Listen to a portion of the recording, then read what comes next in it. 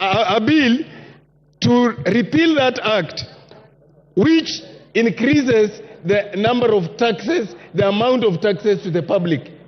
Because you have failed to collect over 300 billion.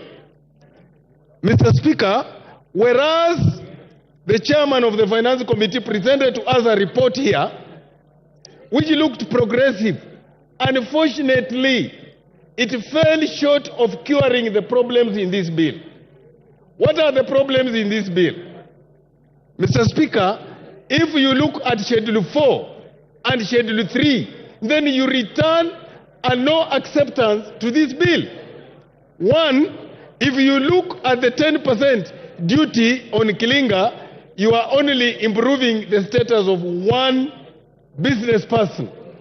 When you look at the duty on billet, you are improving the status of the same person. You cannot create a law that only ensures that one particular individual or one particular entity of business thrives at the expense of the others. Mr. Speaker, whereas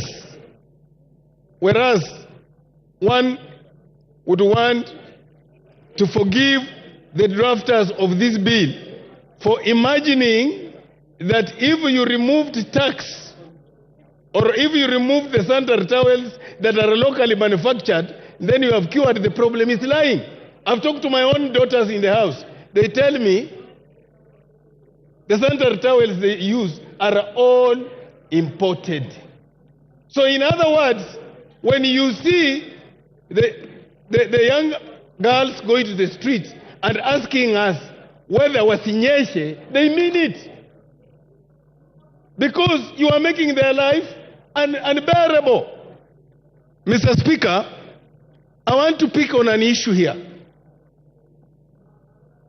And this issue is based on Schedule 4.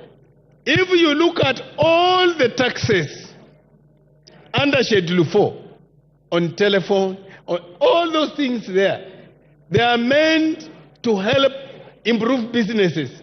Now, if we are levying taxes on them, and already the business community is underperforming, how do we intend to raise money?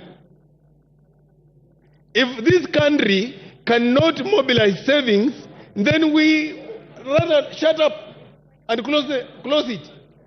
I'm asking the drafters of this bill, and the chairman, with due respect, if you wanted to help us as a country with all those changes you made, they were fundamental, then the bill loses its original form. Then you should have withdrawn the bill and given us another bill.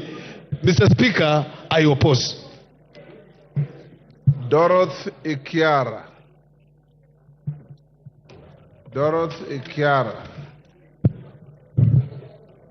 Thank you, Mr. Speaker.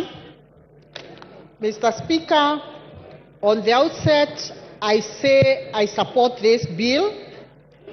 And Mr. Speaker, I was seated here in the House and I participated actively in passing the budget and appropriation bill when it was presented before this House. Honorable Speaker, we did come up with a lot of issues because, Honorable Speaker, we promised Kenyans on very many pledges when we were being elected. And inside this House today, Honorable Speaker, each and every member did give pledges. And we know what that means, Honorable Speaker. We promised the electorates good roads. We promised them medicine in the hospital. We promised them proper education for their children. And Honorable Speaker, this informs us of where we are today as a country. Honorable Speaker, since Kenya faces both a fiscal deficit and a budget deficit, the finance bill serves as a key legislative tool for the government. It combines revenue enhancing measures with expenditure rationalization as a strategy to manage and reduce these deficits. Honorable Speaker,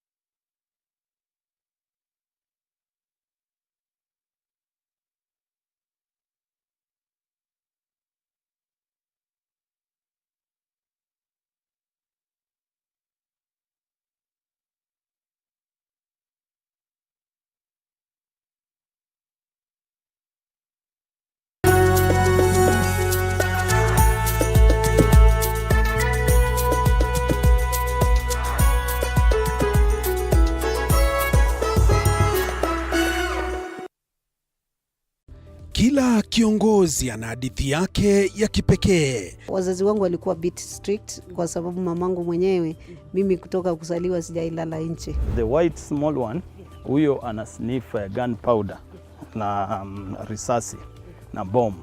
Alafu huyo mwingine ni ridgeback ana sniff simba. Even the employees knows that, so when in the boardroom is the chairman, the CEO and the rest of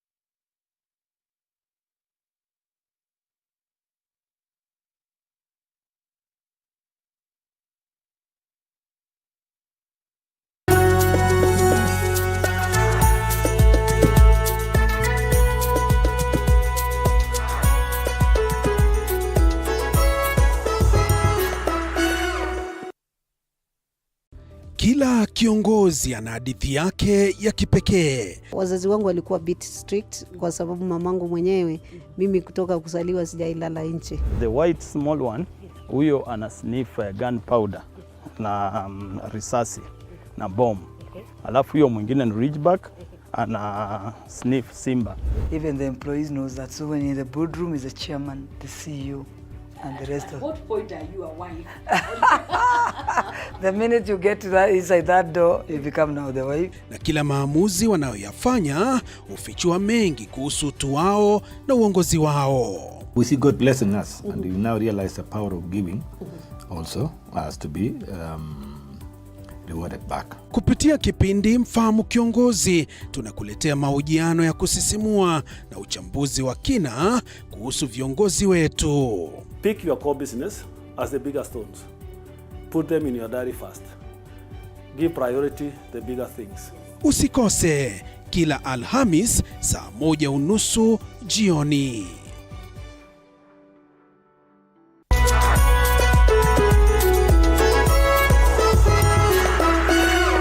In a world where challenges are as common as opportunities, there are those who dare to defy the odds. They are the entrepreneurs. Entrepreneurship isn't just about starting a business, it's about embracing uncertainty, pushing boundaries and turning dreams into reality. Hata ambao ni pesa ya kusave, wallahi. Ambao mwaka ni pesa nyingi sana. As long as you're earning something, there's always that opportunity to save. And you start with where you are. The way we run the business is in a very unforgiving way, where every team member has to bring out their best. So, to all the dreamers, innovators, and risk takers out there, remember, being an entrepreneur isn't just a job, it's a way of life. Join the journey. Become an entrepreneur. The Grind, Mondays at 7:30 p.m.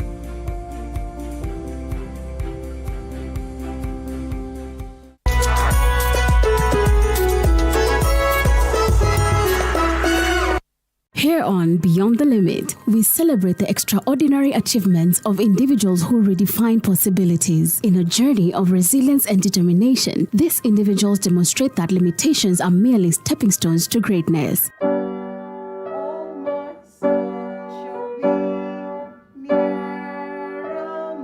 I'm Nancy Njoroge, a mother of 3.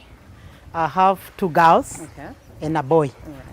who is Clinton, and who is autistic. When my heart got healed, I decided to come out to be creating CP awareness, to let other people know that there is such a condition, and people that has it is not that they are witches. Together, let's go beyond the limit every Saturday at 8 p.m.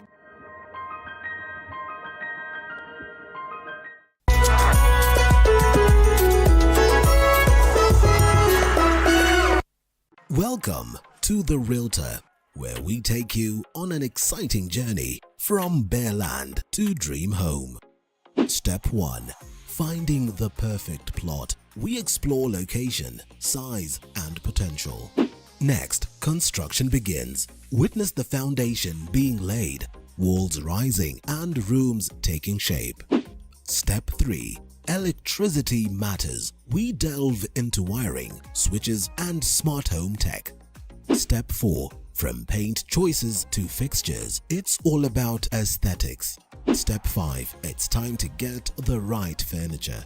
Finally, the big day. Time to move in and create memories. Join us on the journey to making homes a reality on The Realtor, Tuesdays 6:30.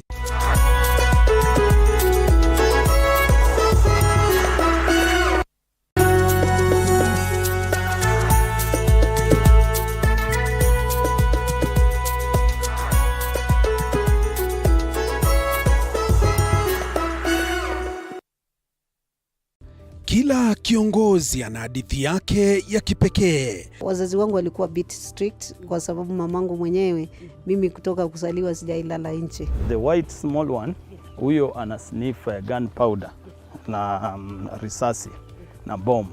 Alafu huyo mwingine ni ridgeback ana sniff simba. Even the employees knows that. So when in the boardroom is the chairman, the CEO, and the rest of. At what point are you a wife? The minute you get to that inside that door, you become now the wife. Na kila maamuzi wanayoyafanya hufichua mengi kuhusu utu wao na uongozi wao. We see God blessing us, and we now realize the power of giving also has to be rewarded back. Kupitia kipindi Mfahamu Kiongozi, tunakuletea mahojiano ya kusisimua na uchambuzi wa kina kuhusu viongozi wetu. Pick your core business as the bigger stones. Put them in your diary first. Give priority the bigger things. Usikose kila Alhamis saa 1:30 jioni.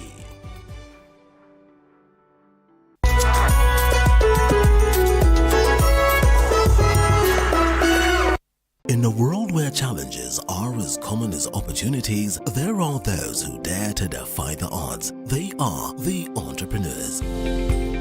Entrepreneurship isn't just about starting a business, it's about embracing uncertainty, pushing boundaries, and turning dreams into reality. Hata mbao ni pesa ya kusave.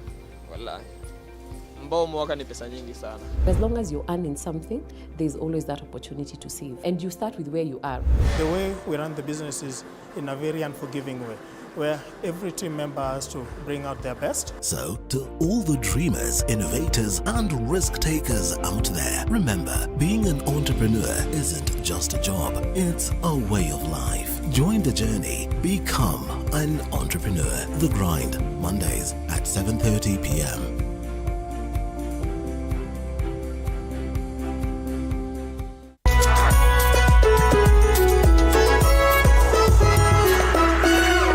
Here on Beyond the Limit, we celebrate the extraordinary achievements of individuals who redefine possibilities. In a journey of resilience and determination, these individuals demonstrate that limitations are merely stepping stones to greatness.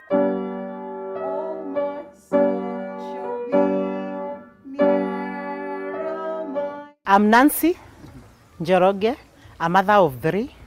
I have 2 girls and a boy, who is Clinton, and who is autistic. When my heart got healed, I decided to come out to be creating CP awareness, to let other people know that there is such a condition, and people that has it is not that they are witches. Together, let's go beyond the limit every Saturday at 8 p.m.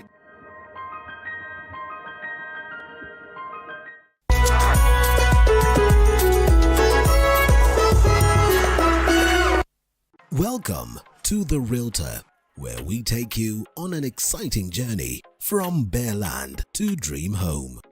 Step 1. Finding the perfect plot. We explore location, size, and potential. Next, construction begins. Witness the foundation being laid, walls rising, and rooms taking shape. Step 3. Electricity matters. We delve into wiring, switches, and smart home tech. Step 4. From paint choices to fixtures, it's all about aesthetics. Step 5. It's time to get the right furniture. Finally, the big day. Time to move in and create memories.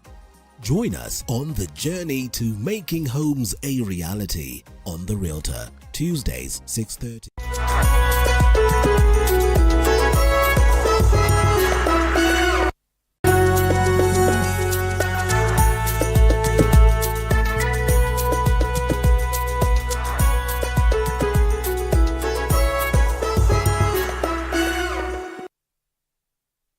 Kila kiongozi ana hadithi yake ya kipekee. Wazazi wangu walikuwa bit strict kwa sababu mamangu mwenyewe, mimi kutoka kuzaliwa sijailala nje. The white small one, huyo ana sniff gunpowder na risasi na bomb.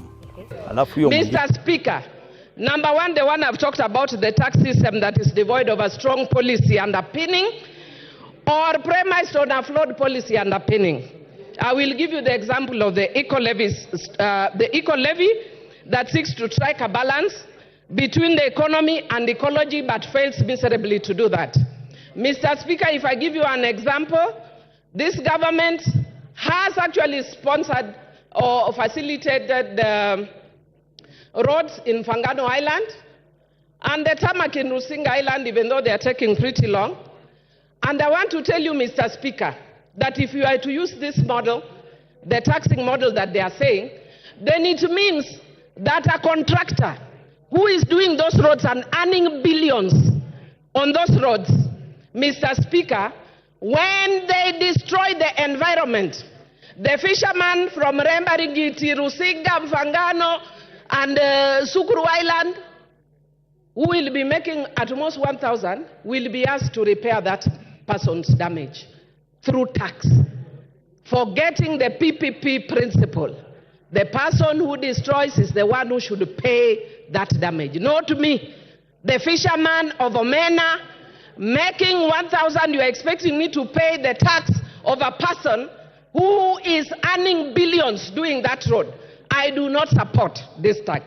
Mr. Speaker, I can give you another example. Mr. Speaker, the second example I'm going to give is on the issue of the smartphones again. And I want to thank Honorable Rachel Nyamai, who actually said that one of the ladies that she's sponsoring her education, when she talked to her, the lady told her, I'm here doing TikTok. And we do not actually seem to understand how that relates to this tax. Now I'll tell how it relates to this tax. Mr. Speaker, if you are taxing digital content, Mr. Speaker, this girl has gone to town. I can tell you after this, Rachel Nyamai, myself and others will be on TikTok. The girls will be imitating us on TikTok. And they will be making money imitating us on TikTok. And then under this tax, we are telling them we are taxing you, TikTok. Why? They are doing that because there are no jobs. They have become innovative and look for their own jobs. And after they have got their own jobs, an industry that has not solidified, like teaching, like law, we want to kill that industry that is helping our young people. That is why the Gen Zs were on the streets. And Mr. Speaker, I'm so thrilled that I was shown a photo of a young girl who looks like me, and some people were saying, Millie, we can see you are here now, you can retire. And I wish she was in my constituency, I would have retired tomorrow. And Mr. Speaker, yesterday, my own niece, who I am the one who was raised since she was in primary school, she's lived in my house. I was with her. And I tried all means to try and divert her attention from what was going. How she managed to sneak in, and this morning she's telling me, and Mr. Speaker, before I got to what she was telling me, I told her, can I give you a lift to town? She told me, no, Auntie, I cannot be associated with members of parliament. Your generation, you have messed this country. We have to fix it. Gen Z. If we do not take Tuesday, Super Tuesday, as a wake-up call as a country, I don't know what else will take up as a wake-up call as a country. And I want to tell the president, who I served with in the same committee in parliament, who was my classmate in the university, fire those guys that you have hired who are giving you economic advice. They are not helping you at all. How do you even imagine bringing something like taxing bread, even if it is as a joke? That is a joke carried too far. That is a joke carried too far. You can crack those jokes elsewhere. You can find a situation where the young people have burned the country based on your joke. Try those jokes elsewhere. Because Kenyans are suffering. Kenyans are tired of being taxed. And if we cannot listen to the Kenyans who are tired of being taxed, we have no business being in this house. We must listen to the Kenyans. And I want to say that you have done well in trying to deal with some of those issues. But there are still very many that are still here, Mr. Speaker. Because we have a short time, I may not mention all of them. But I want to say, like, for instance, the eco-levy. We are talking about trying to be environmentally friendly. Yet the things that we are taxing, we are not doing exactly that, Mr. Speaker. And we are taking away jobs of young people by the tax. Look at the increase in fuel. We are taking with the right hand. We are saying we are removing the tax with the right hand and adding with the left hand. Mr. Speaker, I had a lot to say about this, but I can see my time is almost up. And what I can see on my side, they want to add me. But I want to say that because of time I may not speak, but I just want to urge the president, fire the guys who are around you. Listen to Kenyans. I was speaking to some of my colleagues here. Thank goodness I've been here for a long time. I was speaking, Mr. Speaker, if you could humor me by just giving me 1 minute, and I'll conclude. Conclude. Thank you. I appreciate. Mr. Speaker, I was speaking to some of my colleagues here, and I will not mention their names. About 3 weeks ago, they know because I talked to them yesterday, and I was telling them, your ground is getting terrible. And they told Time up. Pukose Robert. Your time is up, Millie. Take your seat. Order, Angela. Mr. Speaker, I'm standing under Standing Order 97.3, as read together with 1. Honorable Bowen had requested that, this is a very important bill that the Kenyans are watching, and they want to hear what their members of parliament are saying about this, and whether they have listened to their issues that they have raised about this bill. So will I be in order to ask that we reduce the time to 5 minutes, no, even up to tomorrow, to 5 minutes, so that each member, we are 349 members. If each of us was to take 10 minutes, it would take us up to 2 weeks from now. Yeah? 3 months. Surely, we should be fair so that everybody can make a contribution to it. I have not contributed, and I've been here since morning. Yeah? Yes. So I start with me to have 5 minutes. Order, honorable members. Earlier on in the morning, member for Marakwet, is it East? Bowen Kangoko raised the same issue. Now it's popping out again. Are we comfortable with 10 minutes or we reduce to 5 minutes?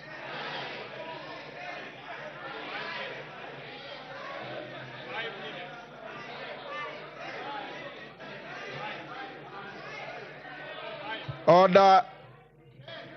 Yes, Rafael Wanjala. Wanjala, I see you raising. Round 5. Otienda Amolo. Order. Otienda Amolo. Support 5.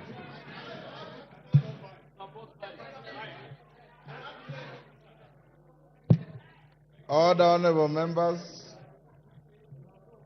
I will put the question. Will those who want the time to be reduced to 5 minutes say aye? Aye. Will those who want to retain 10 minutes say nay? Nay. The ayes have it. Okay, because order, honorable members, and I think order. I think it's only fair and just because my screen is bursting with requests.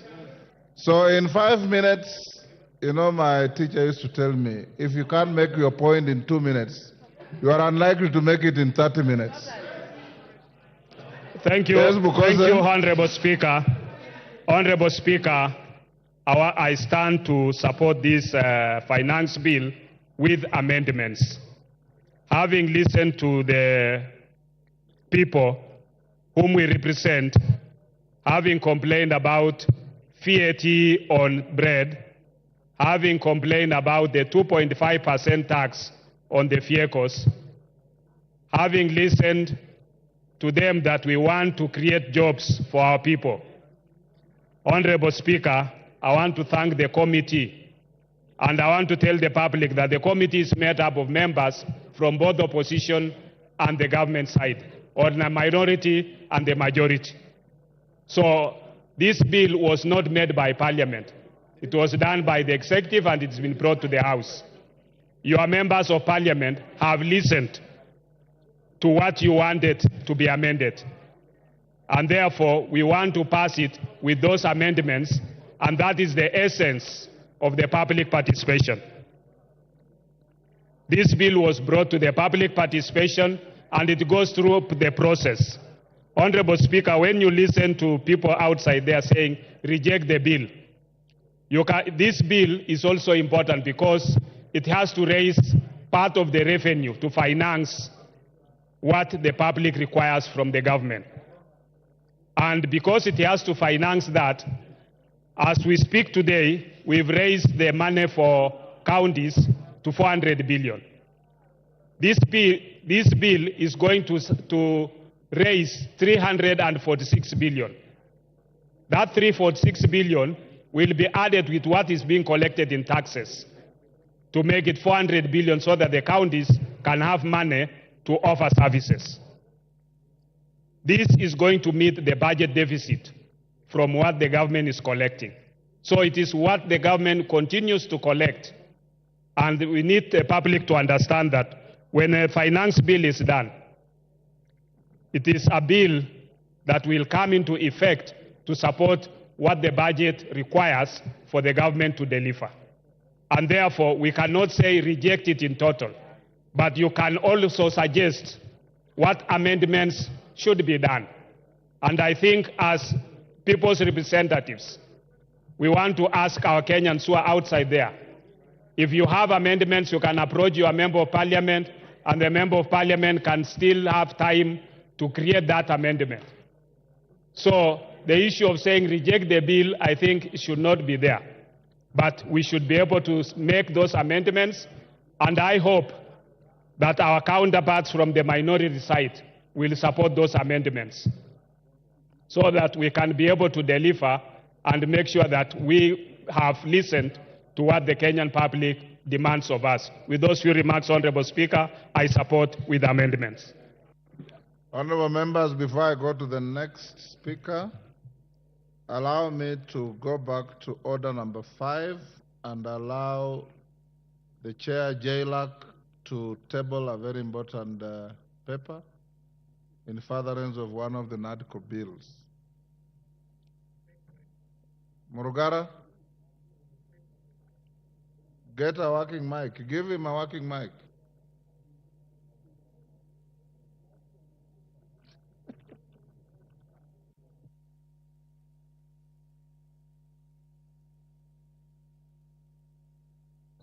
Back by seat. Again. Yes, thank you. Thank you very much. My young son here must be advised that he should not make use of his father's seat. Honorable Speaker, I beg to lay the following paper on the table of the House today, Wednesday, 19th June 2024. Report of the Departmental Committee on Justice and Legal Affairs on its consideration of the Senate amendments to the Independent Electoral and Boundaries Commission Amendment Bill, National Assembly Bill number 10 of 2024. Thank you very much, Mr. Speaker. Thank you. We go back to the bill. Makali Mulu.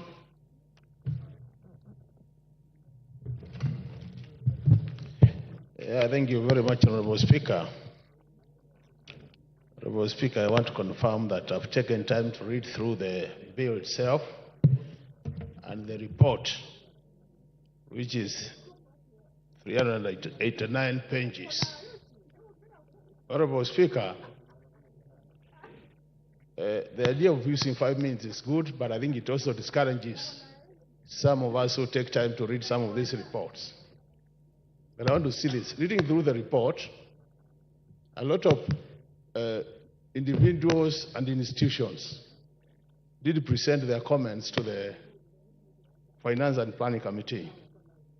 And I want to appreciate them, because based on the experience of last year, where the same number gave their comments and they were never taken on board, this time I thought they would not be able to appear.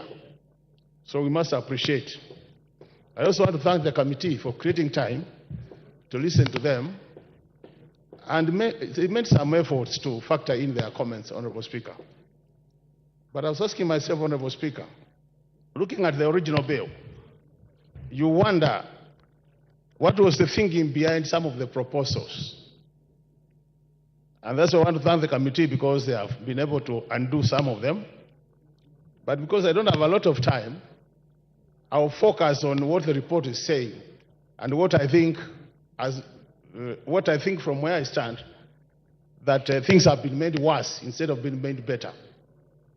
Honorable Speaker, let me start with the proposal to increase the import declaration fee. If you look at the presentation by edible oil companies, Honorable Speaker, and the presentation by Kenya Association of Manufacturers, as well as the presentation by the Kenya National Commerce and Industry, Chamber of Commerce and Industry, they were proposing that, Honorable Speaker, the import declaration fee be maintained as it is, because by increasing that fee, you'll actually be increasing the cost of production. The reason being, most of our factories and industries depend on imported inputs to produce their outputs. So as a result of that, the solution was that you either maintain the fee as it is so that you don't increase the cost of production. What does the committee propose?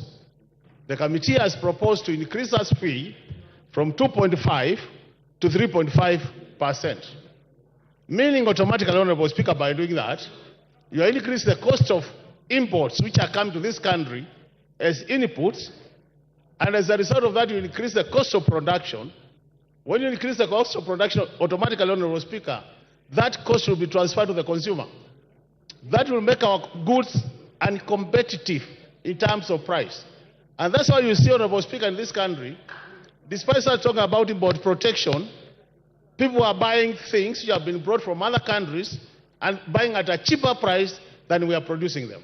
So these, to me, are the critical issues. The second item, Honorable Speaker, is the Railway Development Levy. The edible oil companies did propose that it is now at 1.5. And they propose that we maintain it as it is, and by doing that, we'll have saved the cost of the oil by about 72 shillings per litre. What has happened? We have increased that levy from the proposal of the committee, because now we're talking about the report, from 1.5 to 2.5, Honorable Speaker. So, Honorable Speaker, if you look at that, what have we done? We are likely to increase the cost of production, because that levy will be levied on all the goods which are imported, and then a good which will go through our railway transport system, Honorable Speaker.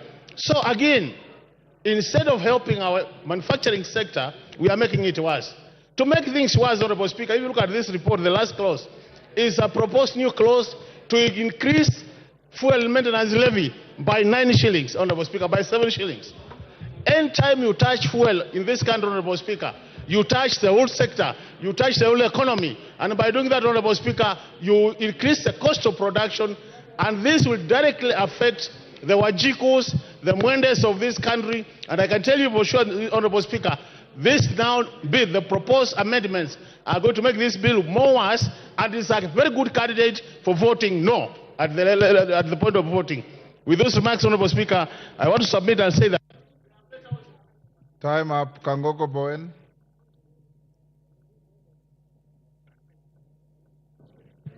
Thank you, Mr. Speaker. And Mr. Speaker, I want to stand to support the finance bill. Mr. Speaker, this morning the leader of minority, my good friend, Opio Wandai, asked a question as to why this finance bill was so contentious. And since we have had a finance bill since 1963, and the finance bill 2024-25 is creating a serious issues, including demonstration in the streets. Mr. Speaker, I want to say this. What is outside there, Mr. Speaker, or what the people outside there, what they have been told by activists and people who have not read the bill, Mr. Speaker, is completely misleading. Mr. Speaker, I know there has been some contentious clauses in this bill, but Mr. Speaker, as moved by the chair of finance this morning, Honorable Speaker, you will find that the bill which was proposed by Treasury, the committee looked at the bill and they proposed several amendments which are actually people-friendly, Mr. Speaker. Mr. Speaker, I want to say that in the original bill, there was a 16% VAT on bread.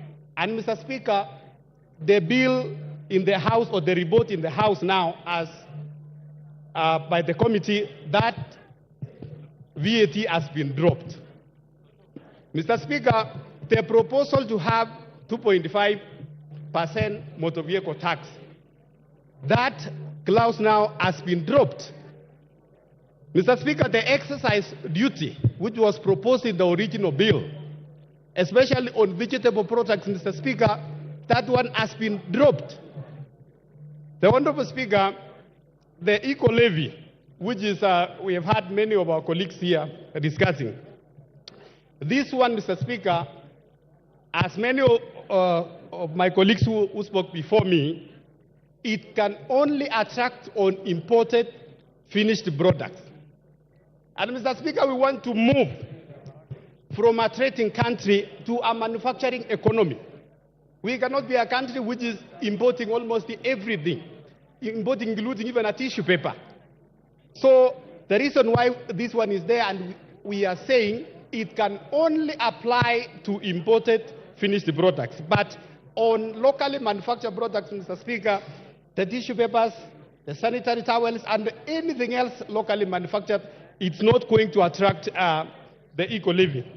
Mr. Speaker, some months back, we saw many of our farmers across the country. We saw in Murang'a, we saw in central Kenya, and across the country, that they were required to file their sales using the e-teams. Those e-teams, those avocado farmers who were told to give a KRA e-teams, Mr. Speaker, under this finance bill, the e-teams has been dropped. And any other small business which is 1 million and below, Honorable Speaker, is not going to attract the e-teams. Mr. Speaker, the other day, the Cabinet Secretary of Treasury, Mr. Speaker, read the budget, the national budget, 2024-2025, before this House. That budget proposed, including the increment of counties, the monies to the counties to a tune of almost 400 billion. There is an increase in CDF.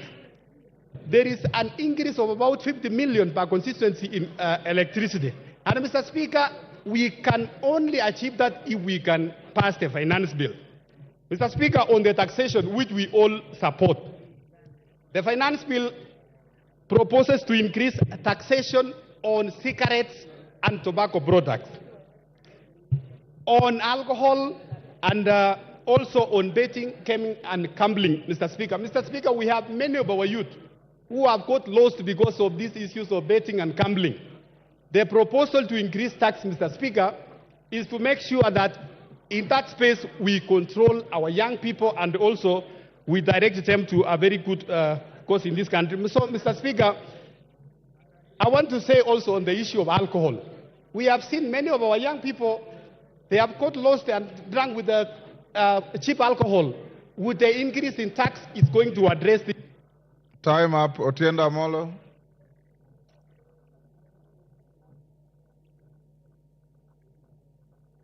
You'll get. Give him the mic. Thank you, Mr. Speaker. Mr. Speaker, on the outset, I oppose this bill.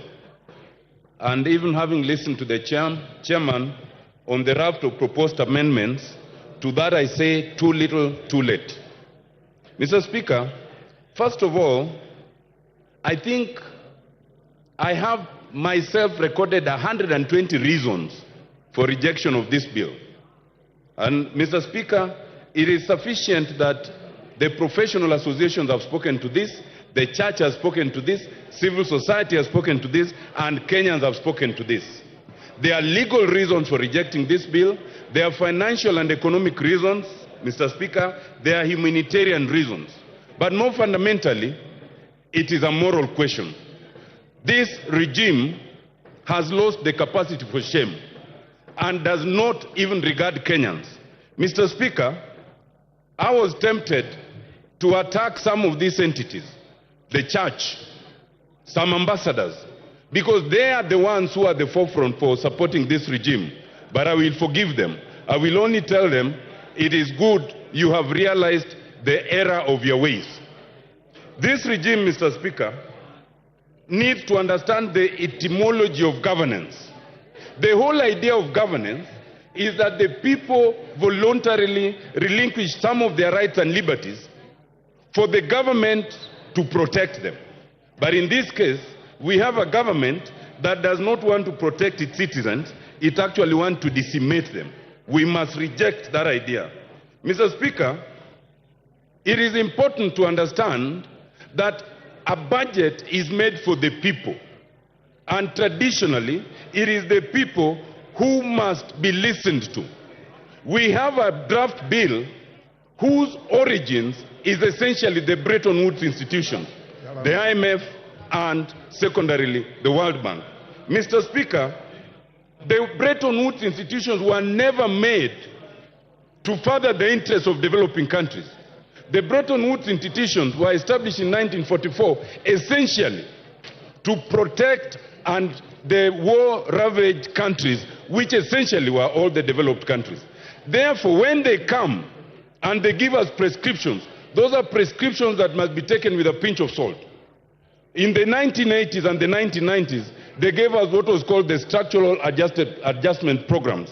It is only when Kenya, like other countries, rejected those subs that we started going somewhere. Now we are in a situation where the Bretton Woods institutions have come back in full swing in the face of the executive.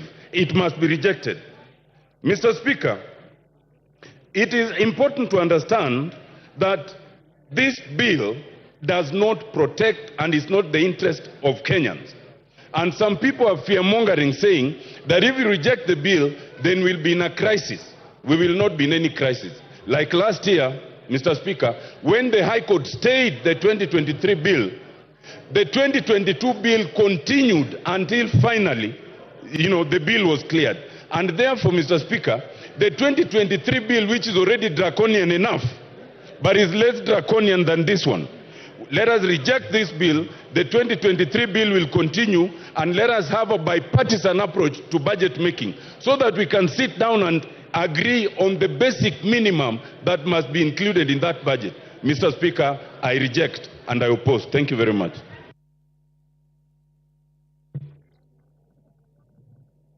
Paul Melly. Julius, sorry, not Paul. Julius Melly, Chair Education. Give him the mic.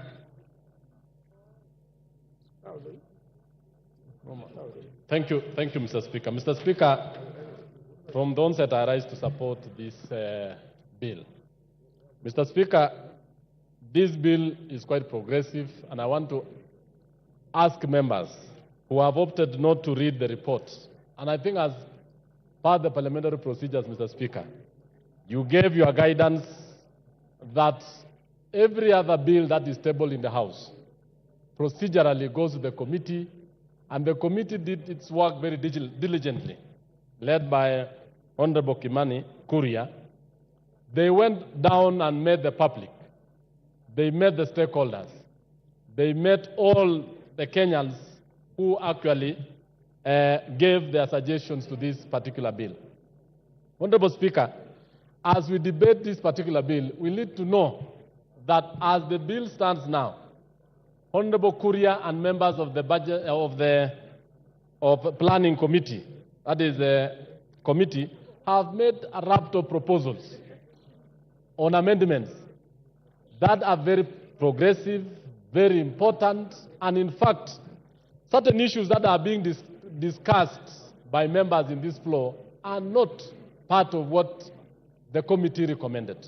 But the committee recommended a number of things. That one, taxation of certain nature. For example, let me just give an example of the deletion of certain clauses. Clause 124 on motor vehicle tax. Previously, the bill, when it was tabled in the House, Mr. Speaker, had made proposals on motor vehicle taxes, the bread tax, and many others. But the committee, in its wisdom, and having had the Kenyans, and having had the stakeholders, actually deleted most of those clauses. That the members opted to address the public and Kenyans as if the committee has not made its report in the House is not good, Mr. Speaker.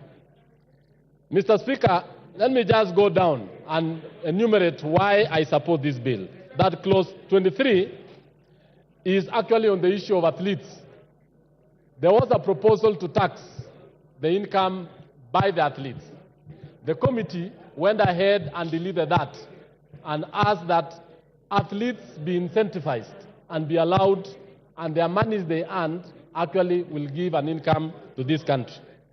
On the issue of eco-tax, a lot of imported items have actually been taxed to protect the local manufacturers. And this has been said all the time by the Kenya Association of Manufacturers, the Kenya Private Sector Alliance, that the local manufacturers need to be protected against the large, well-established companies which can actually flood our markets. And in so doing, we are not exporting the jobs. When we buy from foreign countries, and Mr. Speaker, I would just want members to know this, we are actually exporting jobs to those nations. We are actually exporting money. And that is why, from last year's finance bill, we have been able to stabilize the issue of foreign exchange. We have also been able to bring the inflation down.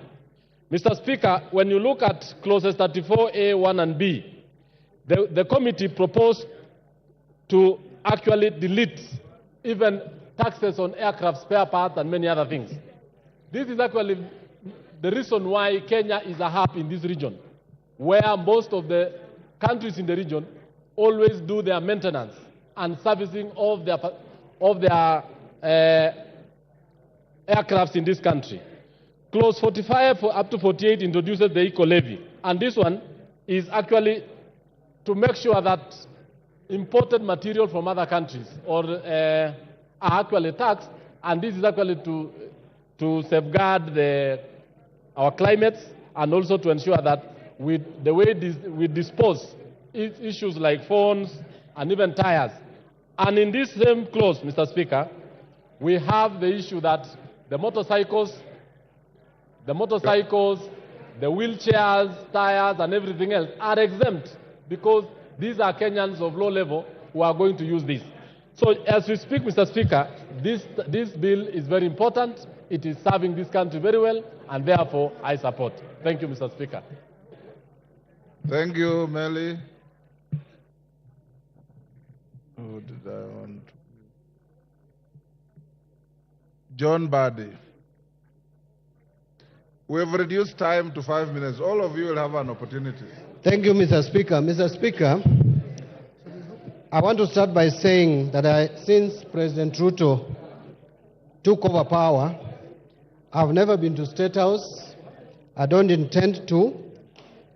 I have never had a one-on-one meeting with him, so the only forum I can use is this one, to tell him what I think he needs to do. The President, I want to tell you, the people you have hired, economic advisors you have hired at State House, and the people you have put at the Treasury are not advisors, but they are economic saboteurs. Please look for economic advisors to help you govern this country for the remaining period of 3 years. I say so because, Mr. Speaker, this idea and perception that is coming across, and I hear it a lot even with my colleagues across the aisle, that for you to grow this economy, for you to narrow the budget deficit, you need to tax Kenyans more. That is, nothing can be further from the truth. Mr. President, ask your team to compare and give you the data. When we passed the finance bill of 2023, what effect has it have on revenue collection? If you compare revenue collection up to 12 months leading to March 2024, the growth in revenue is 13.8%. Compare that to the same period ending March 2023, revenue growth was 14.5%, far much higher than revenue growth for this year, even in a year of election. The reason is simple. You are discouraging tax collection by imposing excessive high taxes which are discouraging business in this country. I heard the leader of majority tell us not to be populist, not to play populism. I want to remind Honorable Kimani Chungwa, that which you call populism, that which you call playing to the gallery, is what has made Kenya Kwanza government, which was just stamping, to climb down and accept what Kenyans had started saying early, and they were not listening. Therefore, we will continue playing populism if that is what is going to make Kenya Kwanza listen to us. Mr. Speaker, this government is giving you with the right hand and taking with another, the left hand. Why do I say so? We are being lied to as a country that now VAT on bread is going to be reduced, which anyway was not there in the first place. You are the ones who came up with this crazy idea. This crazy idea was not in our books. It is this government which came up with a crazy idea, and now they are telling us we should celebrate when we have caught them. It is like someone trying to steal your cow at night.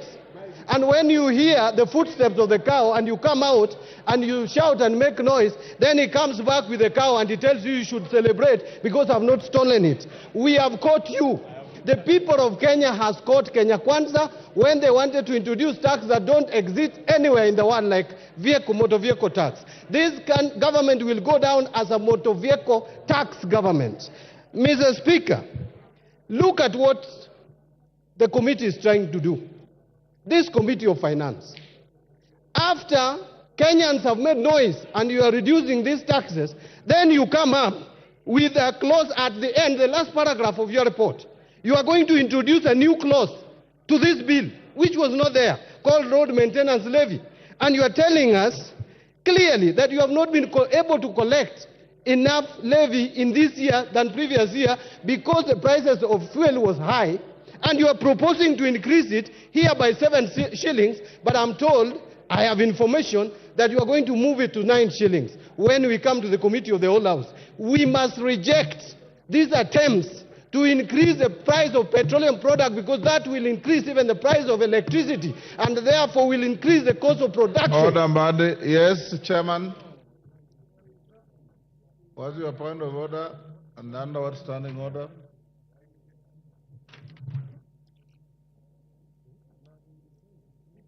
Give him the mic. Honorable Speaker, I raise under standing order number 91. Is it in order for my very learned colleague and senior in the profession to mislead He's not learned, he's educated. Okay. My senior accountant. You should defend the profession. Is it in order, Honorable Speaker, for CPA Bundy, an experienced accountant and a very experienced lawmaker, to say and to inform this House that the report on the finance and national planning is amending the road maintenance levy to increase fuel prices? He should know better that an increase in the fuel prices is contained under regulations on the Kenya Roads Board Act. And therefore, introduction of increase of fuel cannot be done on a finance bill. It is just a matter of simple logic that such an experienced legislator should know, Honorable Speaker. Yes, Badi, finish up. Badi, finish up. Give Mandy the mic. The mic. Mr. Speaker, I'm shocked that the chair of Finance and Planning Committee does not even understand this report. Let us go to page 3, is it 397 or 377? There is the last paragraph, Mr. Speaker, and I want to read it if you allow me. New clause 66. New clause 66, road maintenance levy. The committee notes that the road maintenance levy is charged on all petroleum. I don't want to read all that. It says, the addition of the committee to help raise sufficient funds to maintain and repair roads across the country, the committee recommends an increase of the levy pursuant to Section 3 of the Road Maintenance Levy Fund Act from 18 shillings to 25 shillings per litre on all petroleum products. Mr. Speaker, new clause means what? You are going to put a new clause. Order. You know, Mr. Speaker, yes, Kimani. I came to Parliament. Order. Nothing personal, Bandi. Honorable You are a Speaker, senior. Honorable Speaker, this matter was first raised by the Cabinet Secretary for National Treasury. Wait, no, for Cabinet Secretary for Transport. He has been challenged. Hold on. The committee extensively deliberated on this matter. And it's a matter of fact of law that you cannot bring an amendment to increase fuel through the Kenya Roads Management Act. And therefore, Honorable Speaker, so when the committee will be proposing amendments during the committee of the whole House, we have already submitted our report that this cannot be done on this finance bill, and that is a fact. So, in as much as Honorable Speaker, our friends here, on one hand, they are saying they want to discuss the finance bill, the proposals as they are. On the other hand, they are saying they want to discuss the report. I think they should also declare whether they want to discuss the finance bill with the report as it is. Order. Next, Murumba Chikati. Order. You have an opportunity to amend this bill at the committee of the whole. So hold your horses and Murumba Chikati, Badi's time is over. Your time is over. Murumba Chikati. You send us. Yes. Thank you, Mr. Speaker.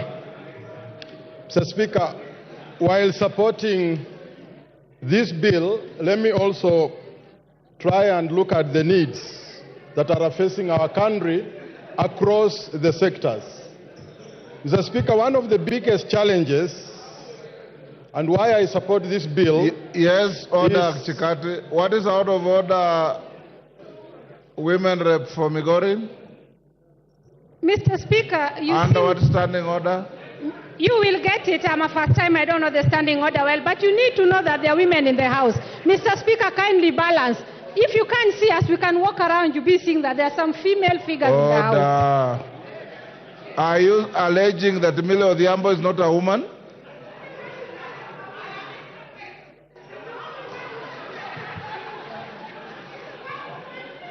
Go ahead.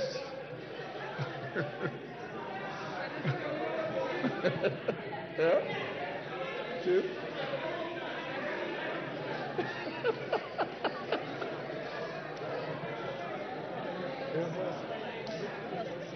Mr. Speaker, can I continue?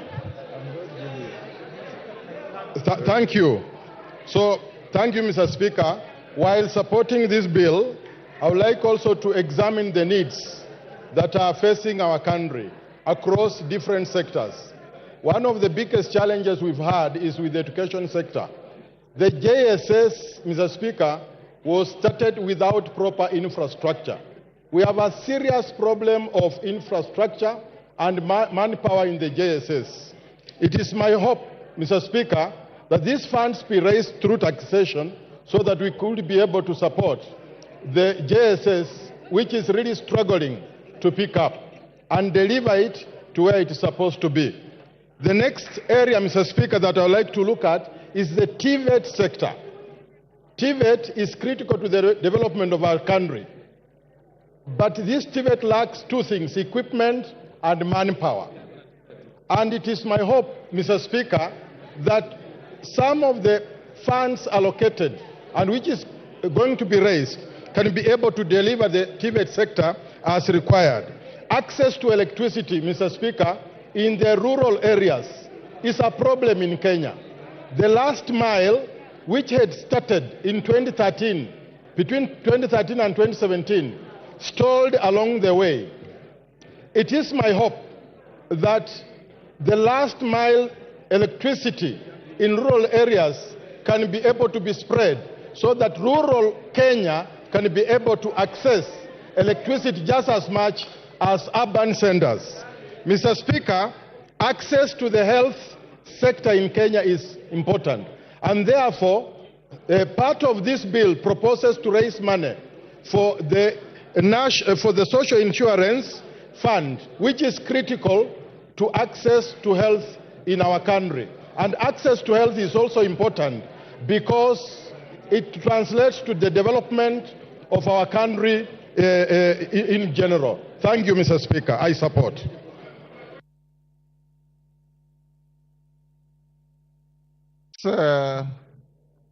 Chikatu, you finished? Yes. What's your point of order?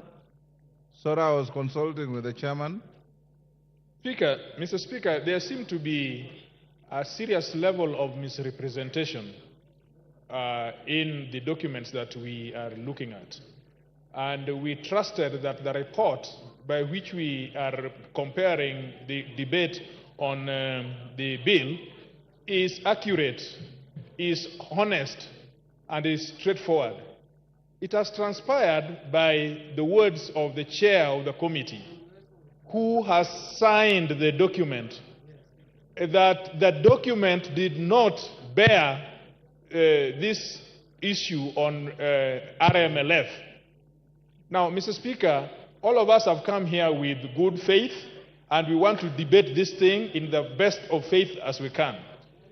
We have even accepted that these issues, although they are going to come in future, in fact, it is like we are anticipating debate, but we have accepted that the chair of the committee will do what is honorable, which will be to make these amendments at the committee stage. But if with this serious misrepresentation, if you work out the maths, you are talking about billions as arising out of that element of raising 9 shillings on RLMF. Now, do we still have good faith that we are dealing with a report which will end up in changing what people are saying out there? Or is it that we are debating this bill, and when we come to the committee stage, then we will be faced with different things? Thank you. Mr. Speaker, please attend to that so that we can have a debate which is correct and forthright in the House. I hear you. Mishimbogo. For the point, Kajwang, I hear you. Mishimbogo. Asante sana Mheshimiwa Spika. Mheshimiwa Spika, kwanza niwapatie kongole wa Kenya kwa kusimama kidete na kuweka kilio cha haki katika mswada huu wa fedha. Na niweze kusema kama ulivyosema, tunazungumzia ripoti na tunazungumzia pia huu mswada wenyewe. Na katika ripoti imezungumzia haswa ya kwamba wataweka kifungu 66 waweze kuongeza pesa ile ambayo itakuwa inatoka katika mafuta kutoka shilingi 18 mpaka shilingi 25. Na tunasisitiza hapa ya kwamba jambo hilo halitafanyika, na tukifika Committee of All House jambo hilo lisiweko, kwa sababu iwapo itaongezwa basi itakuwa yale yote ambayo yamerekebishwa ni bure, kwa sababu ukiongeza mafuta umeongeza uchukuzi, umeongeza mambo ya kutengeza bidhaa, umeongeza kila kitu, yale yote itakuwa ni bure. Jambo la pili, Mheshimiwa Spika, hata sisi kama Wakenya iwapo tunataka kukimu bajeti yetu, haiwezi kuwa njia ni moja tu ya kuweka ushuru kwa Wakenya ambao ni walalahoi na wamefuka ukutani. Lazima tubadilishe mbinu, lazima tuwe na mbinu mbadala ya kufufua viwanda, ya kujenga viwanja na kutafuta njia ya kupata mapato ya taifa letu la Kenya kupitia rasilimali nyingi ambazo tunazo katika taifa la Kenya. Mheshimiwa Spika, niweze kusema pia haya mambo ya mazingira, kuongeza kodi ya mazingira, na tumezungumzia ya kwamba sodo na nepi kuwa zinapatikana kwa wingi hapa Kenya, lakini nikuambia hivi sasa kina mama ambao ni kina mama ambao wanawakilisha county wanasubiri sodo na wameambiwa ziko China wazingoje zije. Hiyo ni kumaanisha hatuna uwezo thabiti wa kuweza kuwa na sodo, na hivyo basi afya ya kina mama haswa katika mambo ya hedhi itakuwa na matatizo iwapo tutakuwa tumeongeza jambo kama hili. Jambo la pili, mambo ya mafuta ya kutoka kwenye miti na kutoka kwa wanyama, ile Kiingereza tunasema edible oil. Kwa nini ipunguzwe na isitolewe kabisa, isiwekwe sufuri ushuru? Hii ni kitu ambacho kinatumika, bidhaa inatumika na Wakenya wengi wale walalahoi. Kwa hivyo jambo hili lazima tulitowe. Jambo jingine, nasikitika sana, sijui ni nani ametoa mambo haya ama kupeana mawaidha ya kuweka mambo ya ushuru ya mkate na mambo ya ushuru ya ile mifuko ya majani. Jamani, yule ambaye alikuwa ametoa mawaidha hayo tutatoka tumwambie shetani ashindwe, kwa sababu sisi wa Kenya mkate twaupenda, twautumia sana, na chai ndio kiamsha kinywa chetu. Nataka niseme pia Mheshimiwa Spika, hata ukiangalia katika huu mswada kuna mambo mengine ambayo yamejificha ambayo yanatuathiri sana, kama vile imezungumzia stove zile za kupika. Stovu zile za kupika ni stovu ambazo Wakenya wengi ambao hawawezi kununua meko za kutumia gesi wanatumia stovu, na hizo pia zimeongezwa ushuru. Ukiangalia tunapigana na janga la malaria, leo tunaambiwa ile tunaita Kiingereza mosquito repellent, ama ile dawa ya kujipaka ili kusudi watu wasiumwe na mbu na kuleta malaria, yes, pia imeongezwa ushuru. Order, Millie Odhiambo, what is the issue? And our standing order? Mr. Speaker, under standing order 1. No, it's Mr. not Speaker, I'll explain, Mr. Speaker. Standing if you order give number me... 1 is not available to you.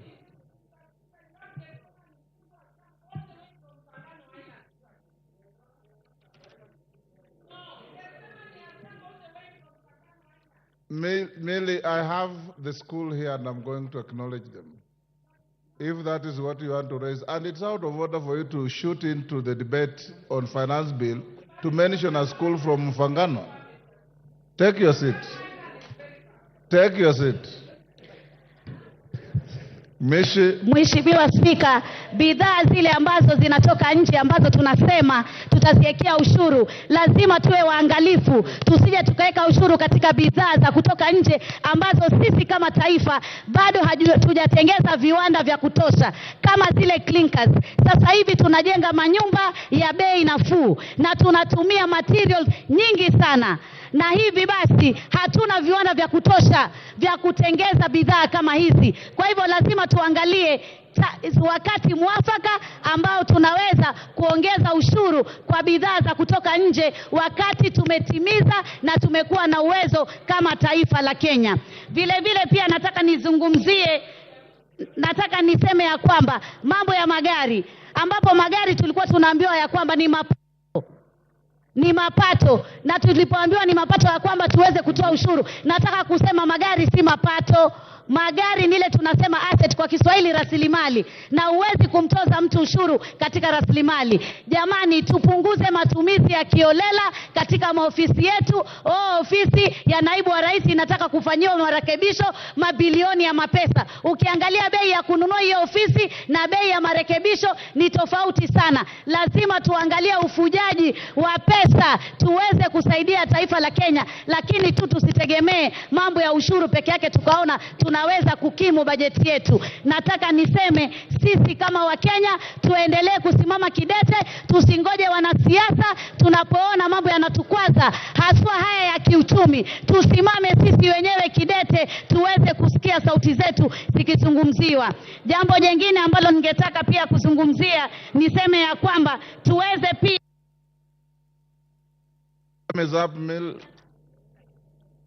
Honorable members, before I give the next member, I want to acknowledge in the public gallery Gethsemane Gardens Academy from Suba North, Homa Bay.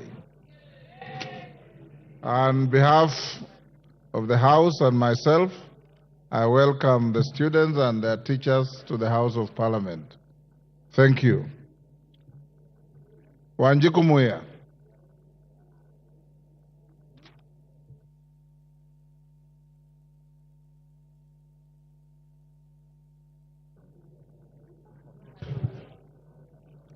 Thank you, Honorable Speaker.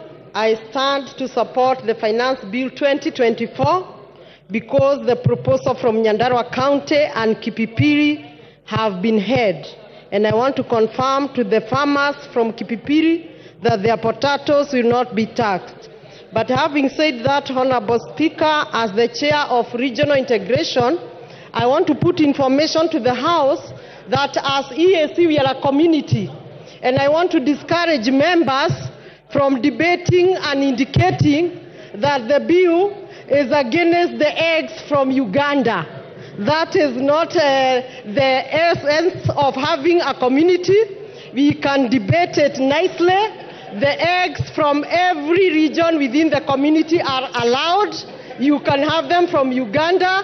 So constrain debating on that matter, because as long as you pay, but let us discourage to discuss that the eggs from Uganda, the onions from Tanzania. We are a community, we can also sell to them.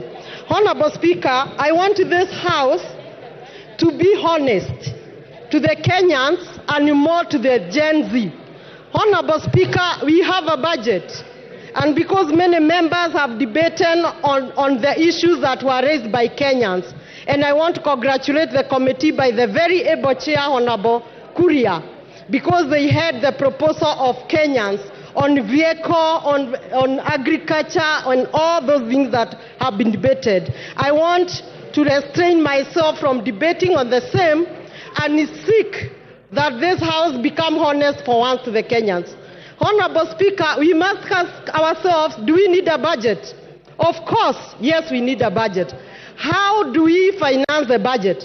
Honorable Speaker, the Council of Governors have been camping at State House asking for more funds. Honorable Speaker, these members, led by myself, have been camping at Honorable C.S. Murkomen asking for roads. Honorable Speaker, these members have been speaking of JSS teachers, asking for billions to pay them. These members have been speaking for the old, asking for more than 40 billions to pay the senior citizens. And so, it beats all the logics that we can join the public in the gallery and the bloggers and Jay-Z, and instead of educating them that even if you go to the road, you can only go to the road, but then you don't need to have the roads in your constituency. Instead of us as members informing the public that we need money, 600 billion for education, we are supporting the public and raising the emotions, which in my view, I think it is dishonest. It is honest to educate the public that the county governors were camping at State House because the citizens, in fact, it's a cycle, Honorable Speaker, the citizens back home were also camping at the governor's residence and their offices asking for projects. Why we go to Murkomen is because our citizens also come to our offices, our phones, and our homes, also asking for the project. So it is a whole cycle. And somehow the budget is also political. You need to do a road in your constituency. The governors need to do their project in their counties. Where will the president get the money? The money has to be raised. And then there is no need of raising emotions and trying to support the bloggers who are only saying reject the finance bill, and yet they are not saying reject the roads in our constituency. Honorable Speaker, I want to put a point about the treasury boards. As much as we want to defend the locals, we also need money, and no village can stay alone. We also need money from investors. I have seen that the Treasury Board, particularly the infrastructure, and I'll be moving an amendment I have already put possibly to your office or the clerk. It will be charged effective July 5%, while for investors will be charged 15%.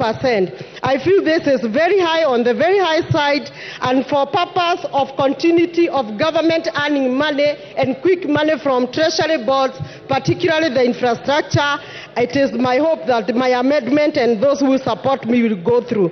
Honorable Speaker, without so much, I just want to insist that this House be honest. We need a budget, and a budget. Thank you, Muya. Honorable members, I want to repeat what I order. Those who intend to file amendments, remember we said by 1 o'clock tomorrow, you must have filed your amendments. Beyond that, they will be rejected. Okay?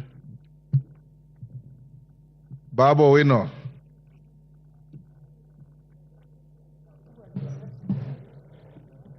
Thank you. Thank you, Mr. Speaker.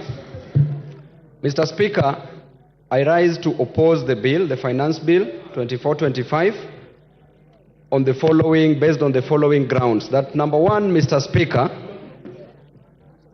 there was anger that was expressed yesterday on the streets coming from Kenyans, and to be specific, the Gen Z, the Generation Z revolution that started yesterday reminds me, Mr. Speaker, of number one, the revolution that took place in China, the Chinese Revolution, that was also known as the Peasant Revolution or the Mamamboga Revolution, that occurred in the year 1949, which was headed by a gentleman called Chairman Mao Zedong, together with Deng Xiaoping. Mr. Speaker, the revolution that started yesterday also reminds me of the Russian Revolution, which was the Bolshevik Revolution that took place in 1917 under the leadership of Vladimir Lenin and Joseph Stalin. It further reminds me, Mr. Speaker, of the Bourbon Restoration in France, the French Revolution that took place in the year 1789, that was headed by Maximilien Robespierre, together with Napoleon Bonaparte, the military genius. Mr. Speaker, that revolution advocated for three things. Number one, liberté, equality, and fraternité. Can you just shut up as I pump knowledge in your empty mind? Kagombe. Baba, will you not take your seat? Yes, give Kagombe the... Thank you, Mr. Speaker. Mr. Speaker, the member for Embakasi East... What is out of order? ...is beating drums of war. It is very unfortunate to use this forum, Mr. Speaker. Standing order, Kagombe. The relevance of what the member of parliament is speaking about is not relevant to the bill that we're discussing here. what he's doing is taking an opportunity to use this floor to beat drums of war in this country. We are at a very bad moment at the moment, at this time, and we cannot allow that to happen on this floor, on the floor of this House, Mr. Speaker. Go on. Mr. Speaker, you know I don't like responding to fools. Order. The Bible says in the Can book you of, withdraw that? There are no fools in this house. In the book of Proverbs 26, the Bible says, Mr. Speaker, that never respond to a fool because the... Order, Babowino. Order, Babowino. In this house, order members, whether a member represents fishermen from the shores of the lake or the sea, whether a member represents herdsmen, whether a member is a professor, you are all honorable members of this house. And there are no fools in this house. And I want to warn you, Babowino, respect begets respect. Respect your colleagues, they will respect you. There are no fools here. Can you withdraw and apologize? Mr. Speaker, a fool is somebody who does not understand something. Order. Babowino. If I think that somebody is a fool, why should... Order, Babowino. You withdraw and apologize, or I truncate the mic and give the floor to somebody else. Give him the mic.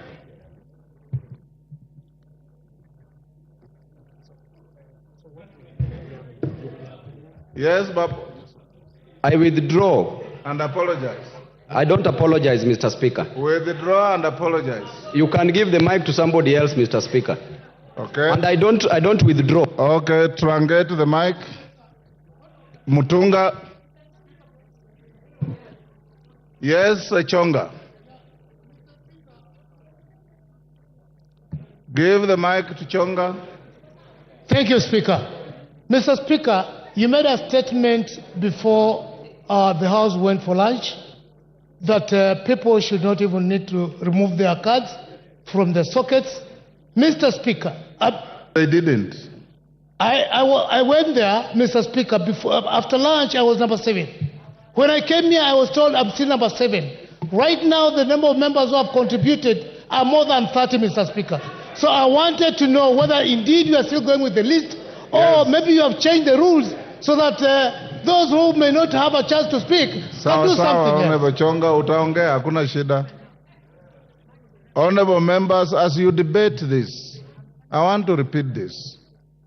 You know, there are people with various levels of education, various levels of knowledge, various levels of wealth, and many other things. Humility costs nothing. Respect costs nothing.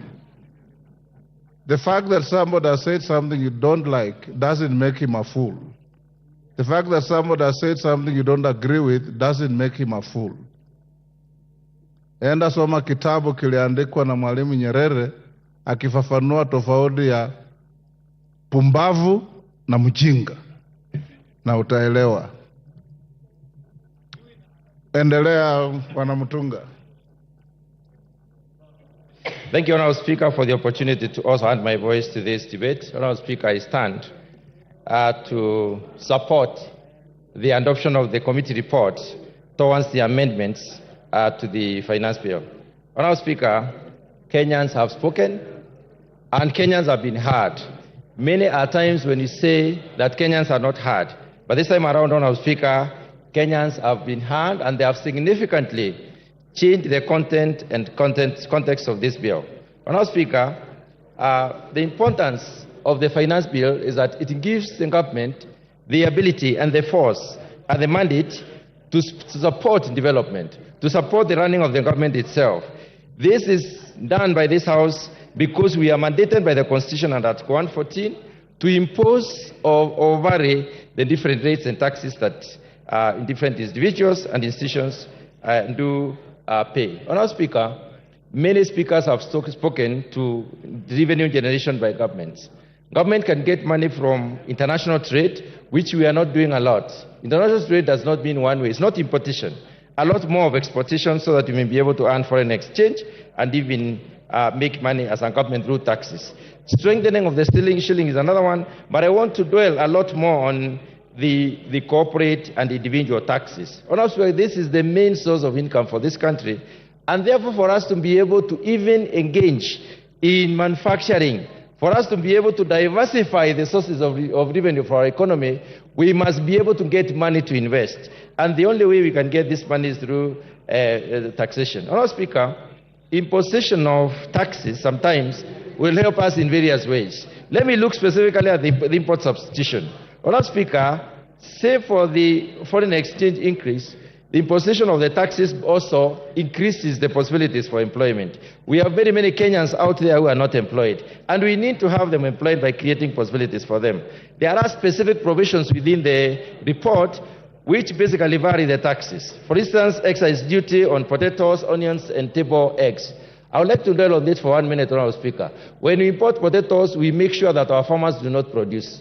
When we import onions, we export labor for our farmers. We bar them from producing. When we import eggs, for the table eggs, we make sure that our poultry farmers do not have market or they cannot sell competitively. So, Honourable Speaker, barring those ones through taxation on imposition of import duty is important. But there is a specific egg that is excluded, and this is the viable egg, which is basically used for production of day-old chicks. That is an input. It is not for the table. Honourable Speaker, eco levy has been introduced in some of the issues, and I want to specifically dwell on the tires. Honourable Speaker, many of the people speaking in the social media are alluding to the fact that tires especially for the wheelbarrow, for the motorbikes and others have a tax. The tax has been removed, and it is important for Kenyans to know that the motorcycles that have got a duty on them and those that are fully imported when they are fully assembled, not the ones that are assembled in Kenya. Specifically on agriculture, Honourable Speaker, the VAT on cane transportation has been waived off, and this is important for purposes of reducing cost to the farmers. Let me talk about the issue of alcoholic beverages. Honourable Speaker, the movement from levying alcohol on quantity and specifically going to the alcohol content is important because it will bar our young people from engaging in very concentrated alcoholic substances.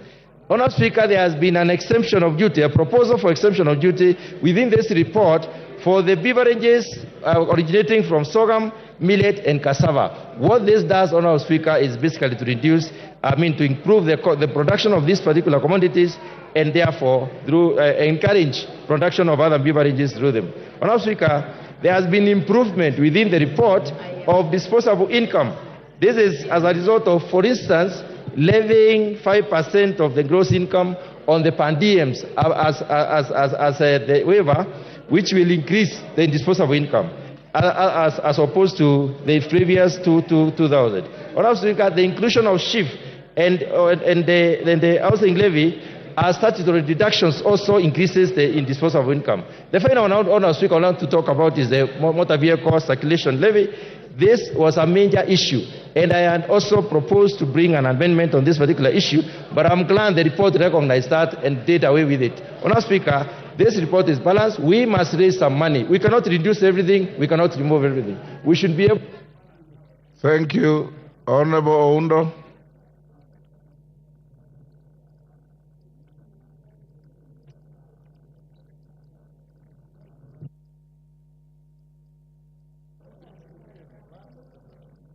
Thank you, Honourable Speaker. It has been a long wait, but it's worth it for the people of Funyula and the people of Samia.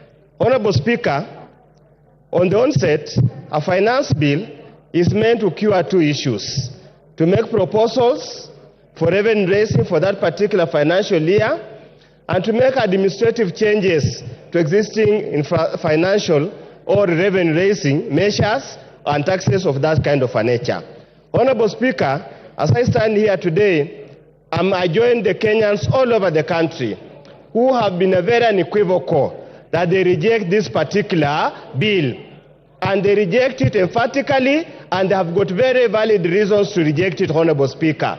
I am here to represent the people of Funyula because there's an established principle, no taxation without representation. So, Honorable Speaker, I'm here on behalf of the people, and I state what the people of Kenya have told me.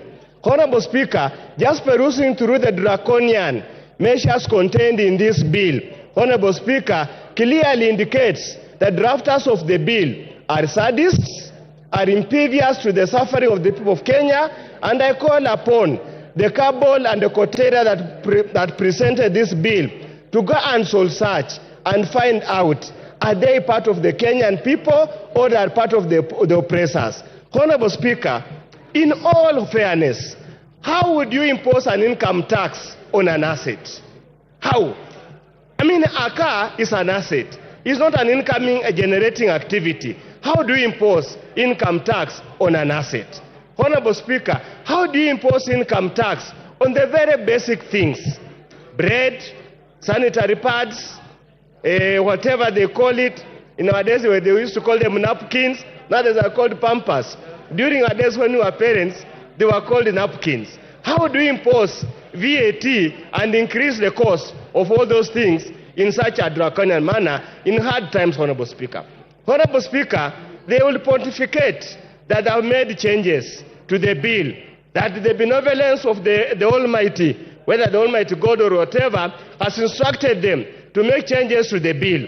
Honorable Speaker, and I still hold my position that a committee report does not navigate or does not negate a bill. It's just a committee report. It can either be carried or it can be failed. So I want to tell Kenyans wherever you are, this is a red herring, this is a gimmick, do not fall onto it. Be relentless in your push, be relentless on harassing your MPs to make sure they protect the rights and interests of the Kenyans, Honorable Speaker. Honorable Speaker, as we stand here, we have passed two finance bills under this regime. We have passed this second one, we passed the first one, this is the second one, under this regime. They keep on gloating that we have reduced the fiscal deficit. That from 6 point something to 3 point something, Honorable Speaker. And I want Kenyans to understand this. Any reduction in fiscal deficit must be commensurate with improvement in GDP growth rate. Honorable Speaker, the GDP growth of Kenya has stagnated at 5%. And the World Bank estimates this year indicates likewise it will remain the same at 5%. So the so-called fiscal reduction of fiscal deficit is a paper story, has no impact at all on the ground. Honorable Speaker, we need to be very careful. This is a country of close to 50 million Kenyans, and all Kenyans must be treated equally without discrimination. Honorable Speaker, imposing a tax or some kind of raw material, clinker, so that you benefit, you improve the economic value of a particular player in the industry is unconstitutional and is extremely unfair. As I conclude, Honorable Speaker, I really want to send a message to the President. And if he has read the book of Chinua Achebe, Okonkwo was told, this boy has called you father, don't kill him. He went ahead and killed him because he has been told by customs to kill him. IMF, Brinted Wood, and the USA is telling you to kill Kenyans, but the Kenyans are crying, the blood of Kenyans will remain in your hands. Thank you, Honorable Speaker. I oppose. Naomi Wako. I have the mic. Thank you, Honorable Speaker, for allowing me to add my voice to this very important debate on Finance Bill 2024-2025. And from the onset, I confirm that I support and also congratulate the committee led by Kimani, as he has done very well together with his committee, and also having gone through the report. I congratulate the committee because they have put into consideration the many concerns that Kenyans have brought through public participation. As I say that, Honorable Speaker, it is unfortunate that our young people have been on the streets for the last few days, and some of them have gone through challenges because of that. Others have been injured, and that is just because somebody somewhere is spreading lies, talking a lot of lies to the nation and misleading the nation. It is unfortunate that today we are here debating on finance bill and also telling Kenyans how that finance bill will help us to facilitate the budget that we passed last week. Honorable Speaker, I have been visiting some of the ministries, and anytime you go to the Ministry of Transport, you go to Health, and you go to different ministries, you find our honorable members, colleagues, waiting to be served and demanding for projects to be taken to their constituencies. And unfortunately today, they are here fighting the methods of financing our budget and supporting the budget they have been pushing for. When some of us are here in the House and debating and trying to push the agenda for the government, them they are moving from one place to the other, looking for opportunities to do businesses in the ministries and with the Kenyans, and today they are here fighting and misleading Kenyans. Honorable Speaker, the most important thing that we can do today, it is to help our government to be self-reliant. And by doing that, we will be able to reduce the dependence on foreign assistance, the finances that we receive from there. When we took over this government, it is quite clear that the economy was very bad. But today, we are not there. Honorable Speaker, I support this finance bill because for the first time, you remember very well that pastoralists lost their livestock, 80% of our livestock. And for the first time, 1 billion has been put in the budget, which this finance bill will support.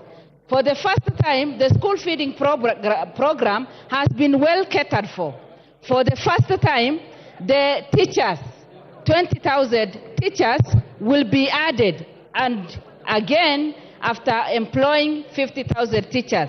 Honorable Speaker, the government is quite focused, and that is why, and listening to the people, we have that listening here. The government has been listening through public participation, and that is why today we are saying 16% VAT on bread has been removed. VAT on transport, on sugar, and has been removed. And no increase on mobile money transfer. It remains 15%. And these are some of the things that activists keep cheating people and spreading lies and making our young people to go on the street. My advice to people is, let us support this and see the fruits, because by passing false information to people, we will not help them. But by passing this, then we'll be able to support our budget and facilitate different ministries so that we can bring the transformation that we want. I fully support, and let us make sure that Kenya is self-reliant. Thank you, Honorable Speaker. Susan Kiamba. Thank you, Honorable Speaker, for giving me a chance to also contribute to this very important bill. First and foremost, I think it's prudent for Kenya to compare itself with our neighbors in terms of the tax rate. But I think it is evident that as we compare ourselves with other peoples in the region who are taxing their people much more than us, we have to look at the local context where our Kenyans are. Kenyans now are economically at their knees, very vulnerable. And anybody attempting to add anything on top of the suffering Kenyans, it will not actually do justice. So I think it is very dishonest for us to compare ourselves or to get inputs from international financiers and imagine that Kenya is in the same situation. It's important to realize that since COVID-19, the economy of Kenya has not picked up. And having to tax Kenyans higher than that is making them not only vulnerable, but actually not being in a position to survive. Secondly, this debt we have been talking about, everybody says we are taxing them because we have to pay our debt. And I say right, we have to pay our debt. But this debt has been acquired over a period of 61 years. You cannot acquire debt in 61 years and you want to do away with the debt in 2 years. That means overburdening the people. We have to be strategic in dealing with the debt. We are not dying tomorrow as Kenyans. We need to pay the debt in a manner that enables our people to continue to grow. So when I hear this passion of wanting to tax Kenyans so that we pay a debt, we need to recognize that this debt is very old. And we need to be strategic and deal with the debt for the next 5-7 years. And that way will allow our Kenyans to survive.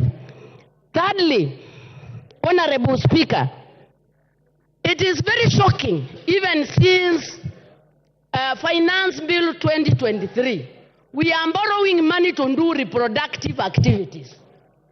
We say we are poor, we need money. But the little money we get, we go and put in housing. We go and put in health care. While I accept these valuable things, but you cannot have the few coins you have, instead of putting them in something productive, you put the small coins in a dead hole. When you build a house, when will it generate income so that we collect taxes? I think we need to sit down and have a finance bill that is strategic, enabling, and can take Kenya forward. We cannot have a finance bill where the little money we have, we are actually putting them in a hole. When we go and build everybody a house, it is a good thing, but is it right for us now? The small money we have, we must put it in a reproductive activity. And I do not see anything like that in this finance bill. Honorable Speaker, I think when we did Finance Bill 2023, Kenyans had very many problems. The Finance Bill 23, we have not even seen the fruits. People are still in burden.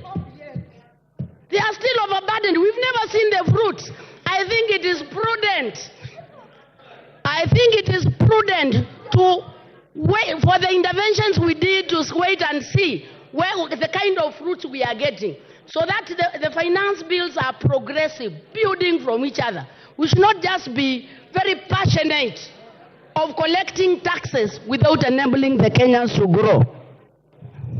Let's look like some of the investment. One of the very strategic projects in Finance Bill 2023 was the ASLA Fund. Where are we in ASLA Fund? Nowhere. Getting money, putting in horse, and then you ask Kenyans to give more money. From where? You cannot milk a cow that is eating nothing. Amen. We need the Kenyan citizen to be fed with something to promote the economy so as to milk. How do you milk a dead cow? The Kenyan citizen is dead. We need interventions that enable the Kenyan person to thrive. So I think it doesn't make any sense to think of taxing the Kenyan when they are actually a dead cow. Order, Kiamba, there's a point Honorable of order. Speaker. Order, there's a point of order. Yes, Wanjiku Muya. What is your point of order and what standing order? Give her the mic.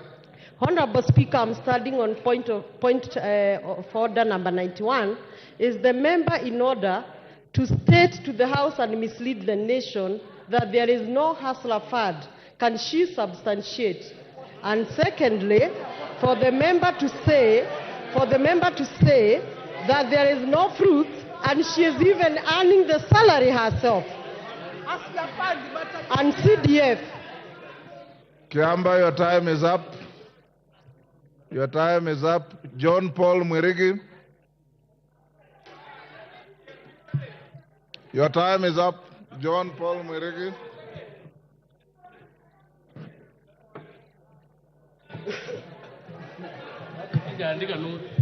Check. Okay, thank you very much, Madam Speaker. Madam Speaker, I rise also to contribute on this motion, on this bill, Madam Speaker. Madam Speaker, the Kenyan citizens, Madam Speaker,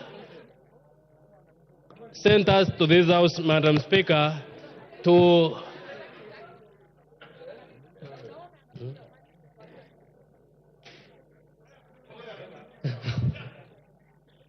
Yeah, thank you very much, Madam Speaker.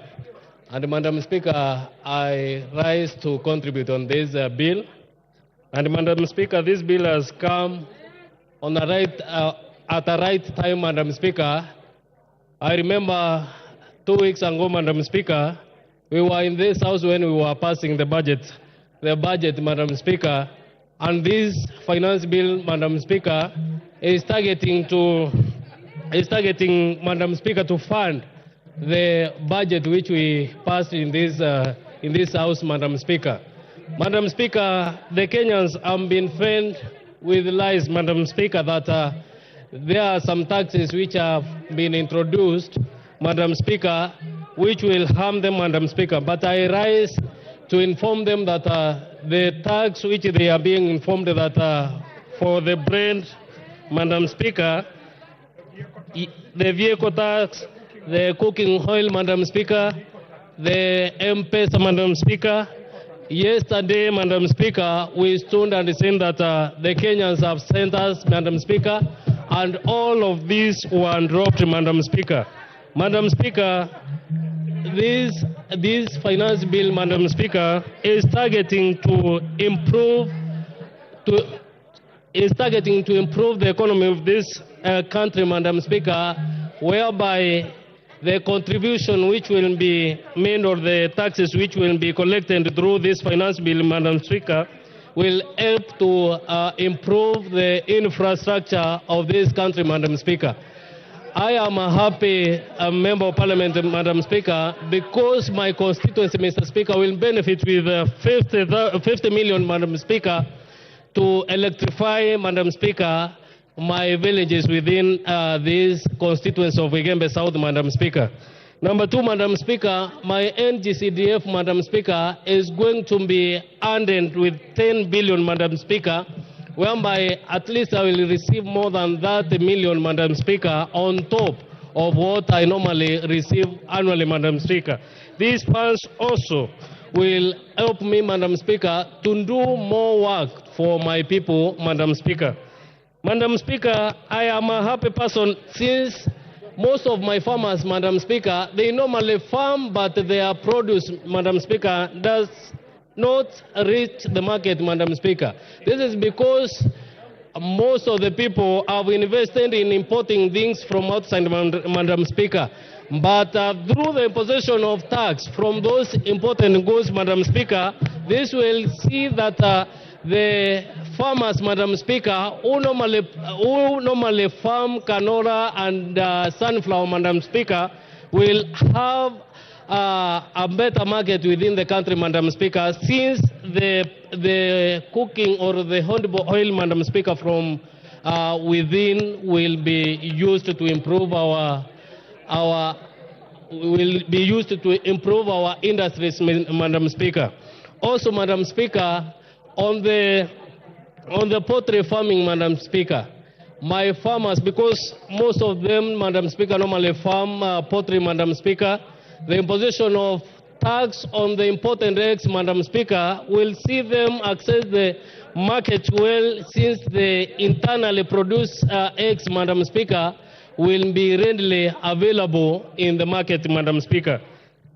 Madam Speaker, also, I am a happy person since when during the weekend, Madam Speaker, most of my people sent me to reject, Madam Speaker, the imposition of the tax on the brand, Madam Speaker, and I would like to inform them that, Madam Speaker, this tax is not there, Madam Speaker. With all those, Madam Speaker, I beg to support. Thank you. The Honorable Member for Bamachoge Borobu, Honorable Obadia Birongo.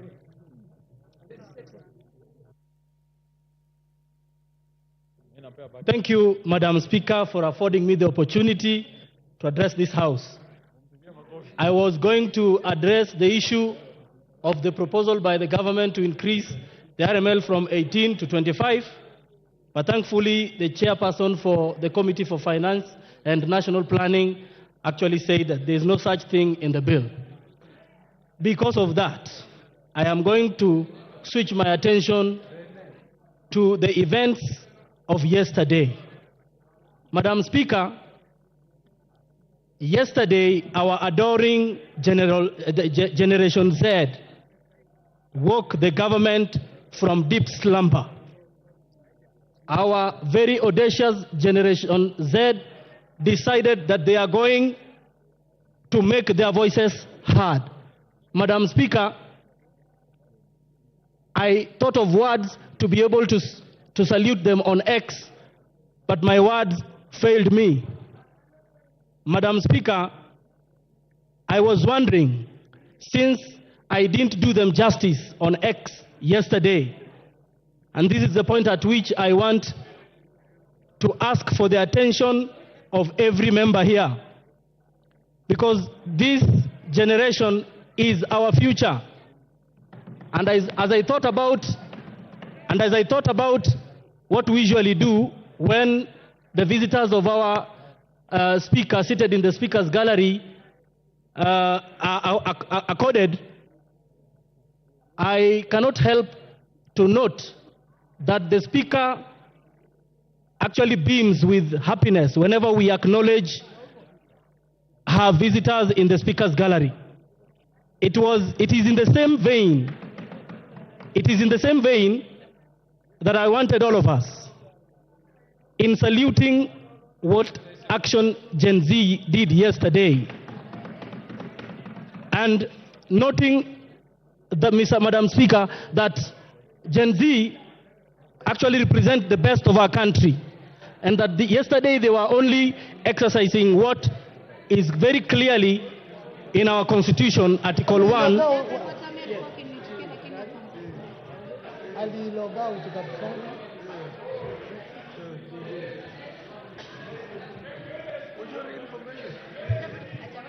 Yes, you may proceed, because I hear it's your maiden speech. So. Now, thank you so much. And so, in honor of Gen Z action yesterday, I wanted to ask all of us to stamp our feet in recognition of what they did yesterday, because it was all constitutional. Thank you, Madam Speaker. I thank you. The Honorable Member for Githunguri.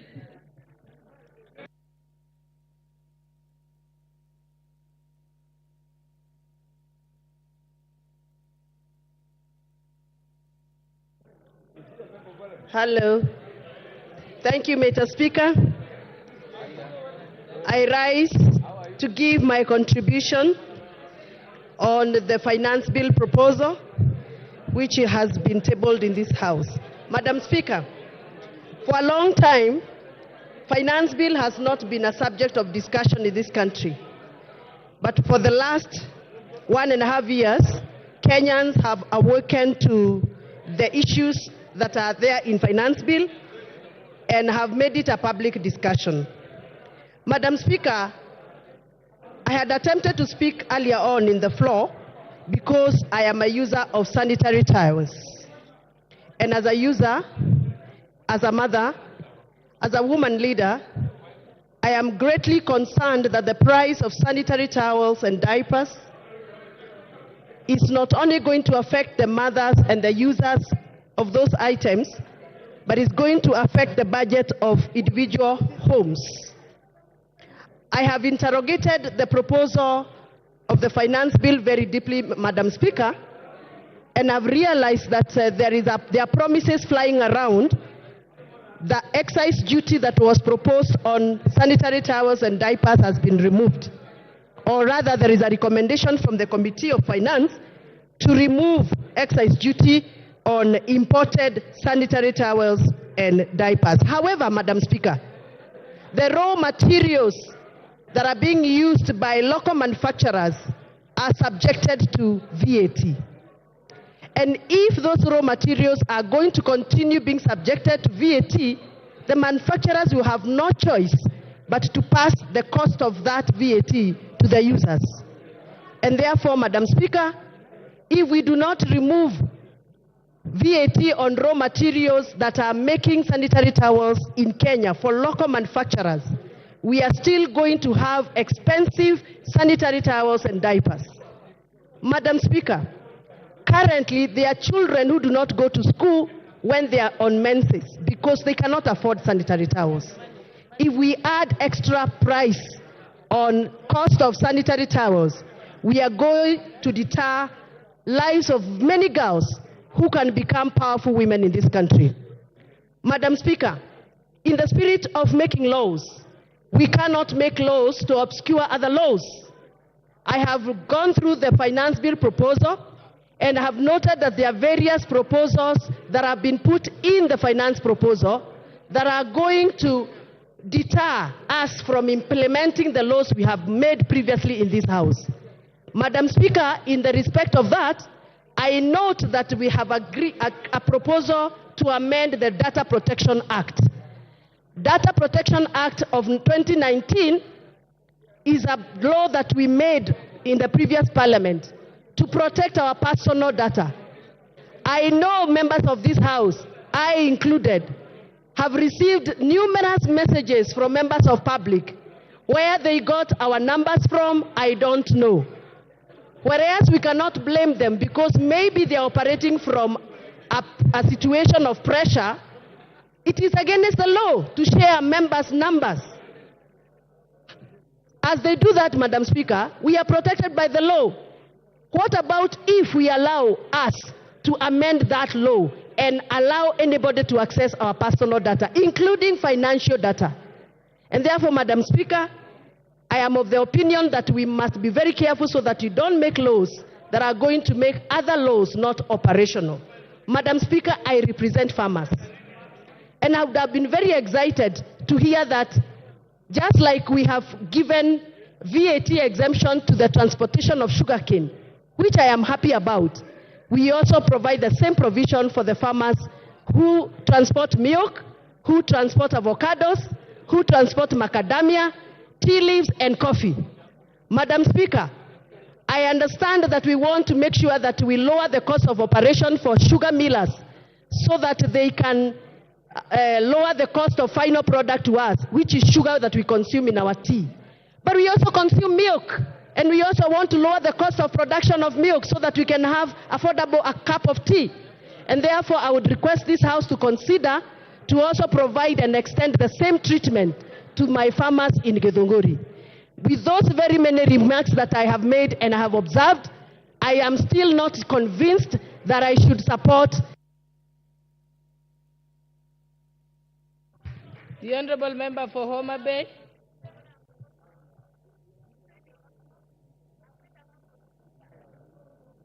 The Honourable Member for Homa Bay.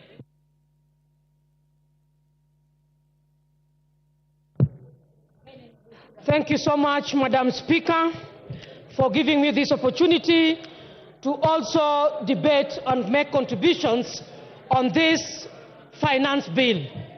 Madam Speaker, I rise to, from the beginning, I say that I reject this finance bill. Madam Speaker, the reason as to why I'm saying I'm rejecting the finance bill, not just rejecting partially, but in totality. Because, Madam Speaker, this is a finance bill that from the onset, there is always increased taxation, item by item, detail by detail, up to the end. I want to say, Madam Speaker, because I recognize that we were advised by the Honorable Speaker Wetangula that we can present our contributions based on linkages, based on our opinions, based on the budget, and based on the finance bill that is current on the table. Madam Speaker, I want to say that as Kenyans, first and foremost, we were disappointed with the presentation that was given by the PS Treasury. Madam Speaker, I want to say that Kenyans keenly listened to how revenue was going to be generated to fix what is proposed in the budget. Madam Speaker, I want to say that Kenyans were left shocked because what was proposed, one of the things was we raised revenue because we want to sort out our pending bills. Madam Speaker, it is on the floor of this House that we were told that we have to wait for consolidation of the pending bills in this country by October. For that reason, Madam Speaker, I reject even the reason as to why we are increasing the taxes so that we can foot our pending bills. Madam Speaker, I want to say that this House, the leaders must rise up and support. And I want to ride on the presentation by MP Honorable Sylvia, who said that personally she does not understand what a finance bill is. I want to say that even yesterday we know that our colleagues were invited at State House. I thought they were going to make meaningful contributions, Madam Speaker, and give contribution as to why they think they are under siege in the respective constituencies where they come from. Madam Speaker, I want to register in this House that we share as colleagues, but the kind of issues that we are saying that we are relying, the Azimio of this other side opposition is relying on social media. Why did they choose to act, Madam Speaker, on the social media by telling us along the corridors that all the things you were arguing about we have dropped? Madam Speaker, that was bread issue. Madam Speaker, the taxation of the motorcycle, which means they are also conflicting and contradicting what they are saying, Madam Speaker. Why did they also choose to act on the issues of social media? Why did they choose to respond to the Fourth Estate? Madam Speaker, I want to say that public participation needs to be redefined in this House. Yesterday, when we watched over the television, Madam Speaker, I saw a desperate minority whip. That is, I saw a desperate Honorable Whip Osoro, when he was very desperate of trying to convince Kenyans and deeply thinking on how taxation on bread has been dropped, on how taxation of motorcycles have been dropped. I saw a desperate and so much a person who is under pressure. Madam Speaker, I want to say that we must stand firm on the floor of this House and rise beyond numbers. Issues of numbers does not arise when we are talking about finance bill. Madam Speaker, I want to say that finance bill 2023 can equally be applicable on this budget that we want to appropriate. Madam Speaker, I want to say that there must be progression on how we generate our taxes. Madam Speaker, private sectors, I wish you gave me one more minute, Madam Speaker. Madam Speaker, I have valid points. Kindly, I'm requesting for 1 minute, Madam Speaker. Thank you so much. Being a woman speaker, you know very well the problems we have. I've transversed in these industries. Private sectors are key. If they migrate from this country, we must take care of their interests. When we talk about zero rating, we go to standard rating. We are talking of exempt. The final sufferers are consumers. President Yoweri Museveni said that Kenyans must learn to produce and manufacture their raw materials. Where is this in finance bill?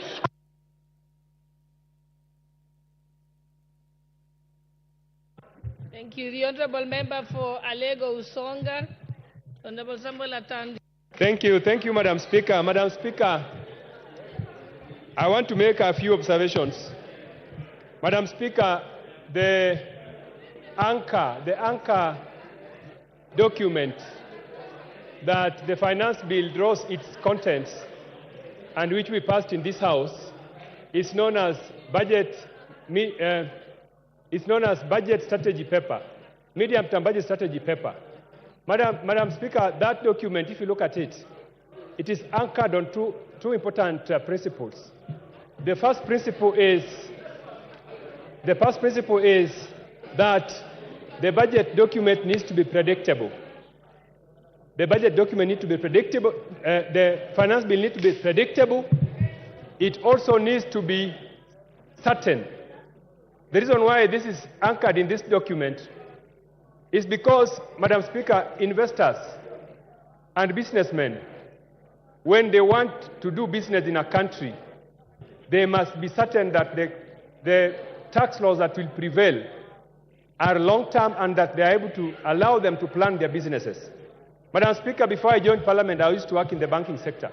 And Madam Speaker, we could engage business people and we help them to draw strategies for business. One of the things that we look for when we are doing this, Madam Speaker, is that how will the tax environment obtain in the next 2, 3, 4 years? Madam Speaker, if you look at this tax bill, if you look at this finance bill, Madam Speaker, we just did finance bill last year. And even before the businesses take advantage of the finance bill which we enacted, the incentives which we provided, shortly we have a new finance bill which is overturning those benefits. Madam Speaker, this is the reason why, Madam Speaker, I want to oppose this finance bill, because it is taking away the benefits that we gave to businessmen just the other day and taking them away. Madam Speaker, for instance,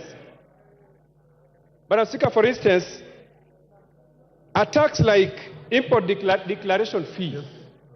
In the last finance bill, we had lowered this tax because we realized that there are so many raw materials which our companies need, our industries need, which we must import. Now, in this finance bill, that tax has been raised by 1%. Honorable Speaker, this is going to hurt the manufacturing sector. I have heard many members claim that this finance bill is good for manufacturing sector. It is not, because the raw materials which we are going to rely on to produce, and this country does not produce a lot of raw materials, we are going to import them at a high fee. Secondly, Honorable Speaker, there are some taxes that have been introduced, such as VAT on financial services. Honorable Speaker, only 14% of Kenyans are enjoying banking services.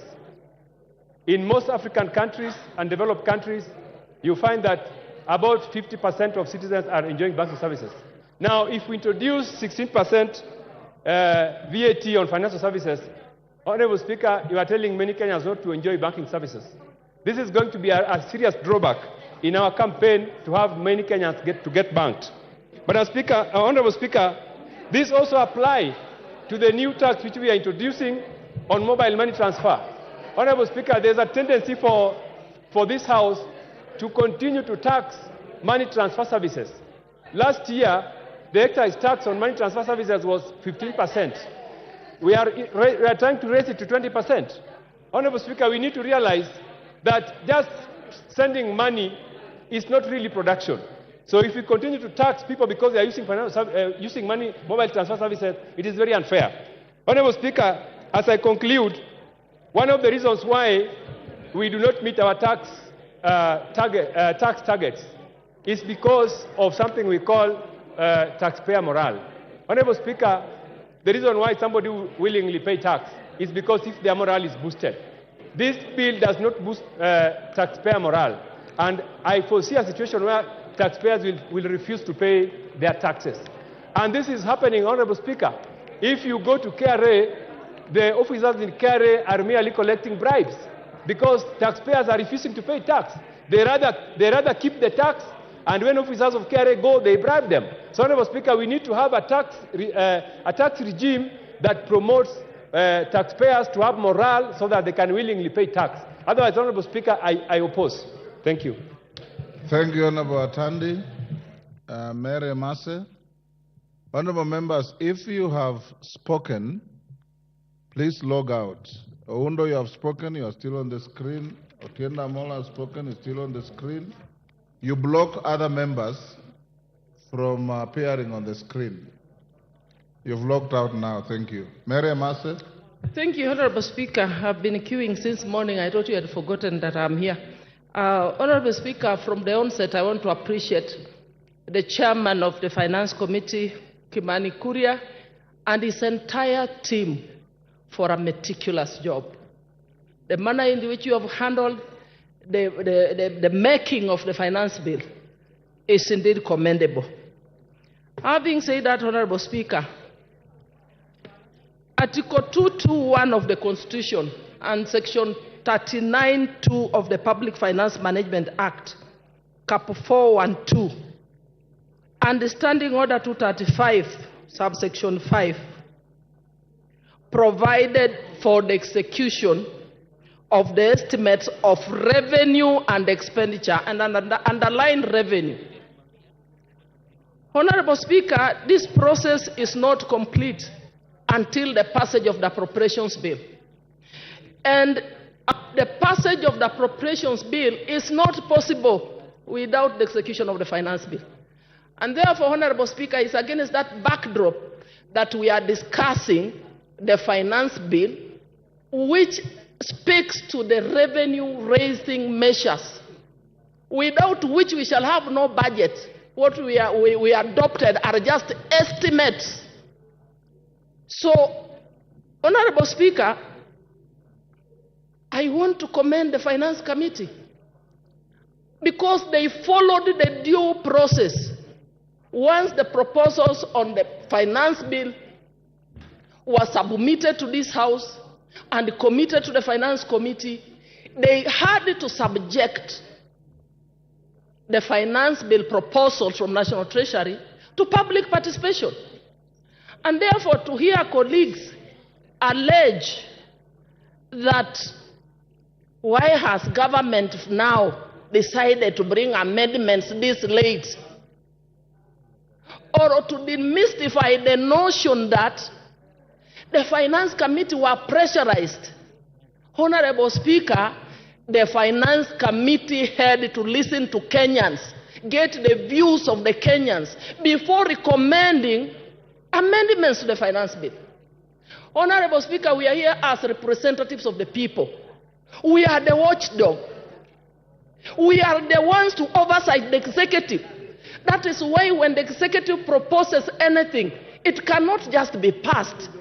There is a committee that does the scrutiny, the review, they have to discuss, they have to do public participation, then make recommendations to amend and bring to this House for all of us to adopt. They do that on our behalf.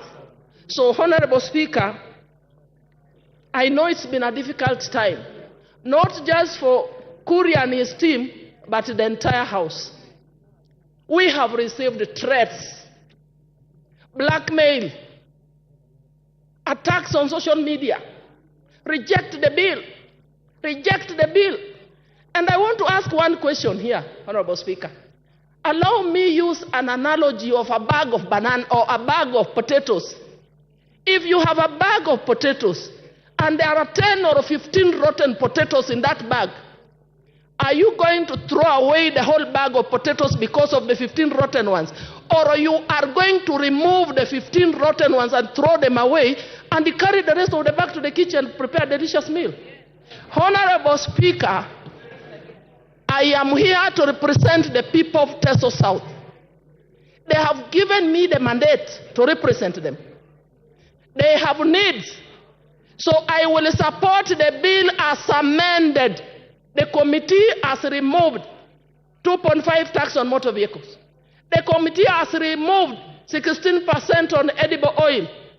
The committee has removed some of the most contentious proposals that Kenyans did not agree with. They are proposing to remove, and we will be passing them during the time. Hold on, Irene Mayaka, what is the problem? Thank you, Honorable Speaker. Honorable Speaker, this is something that I've just noted from my senior, who I respect a lot, and other members. We are not talking about the bill as amended. The bill has not yet been amended. It is the report that is introducing amendments to the bill. So we need to be very clear on that particular fact so that we do not mislead Kenyans. She's actually not out of order because I heard her say the committee has proposed. But what did she say? No order. Yeah. If that's what you said, Mary, you're out of order. No bill has been amended, but there's a proposal from the committee to amend the bill. So you have two documents. The bill as is, the committee report with various proposals, including those amendments. So if you want to talk about changes in the bill, talk of proposals, because we have no amendments yet. Honorable Speaker, I mean proposed amendments that the committee has recommended as per this report. And Honorable Speaker, allow me point one. Yes, thank you, Honorable Speaker. Honorable Speaker, I'm saying that the committee has made proposed amendments to the finance bill.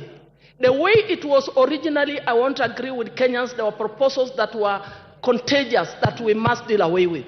So I will support with the proposed amendments, and in particular, I want to respond to one proposed a VAT on financial services, on internet, which was going to affect especially the Gen Zs that you're talking about, the hustlers who are the students in universities. The proposal to remove that, to delete that proposed tax is indeed commendable. Dr. James Nyikal. Thank you, Mr. Speaker, for giving me this opportunity. I really appreciate. Order, Nguna, what is the problem? Mr. Speaker. CNN, what is the problem? Hold on, Nyikal.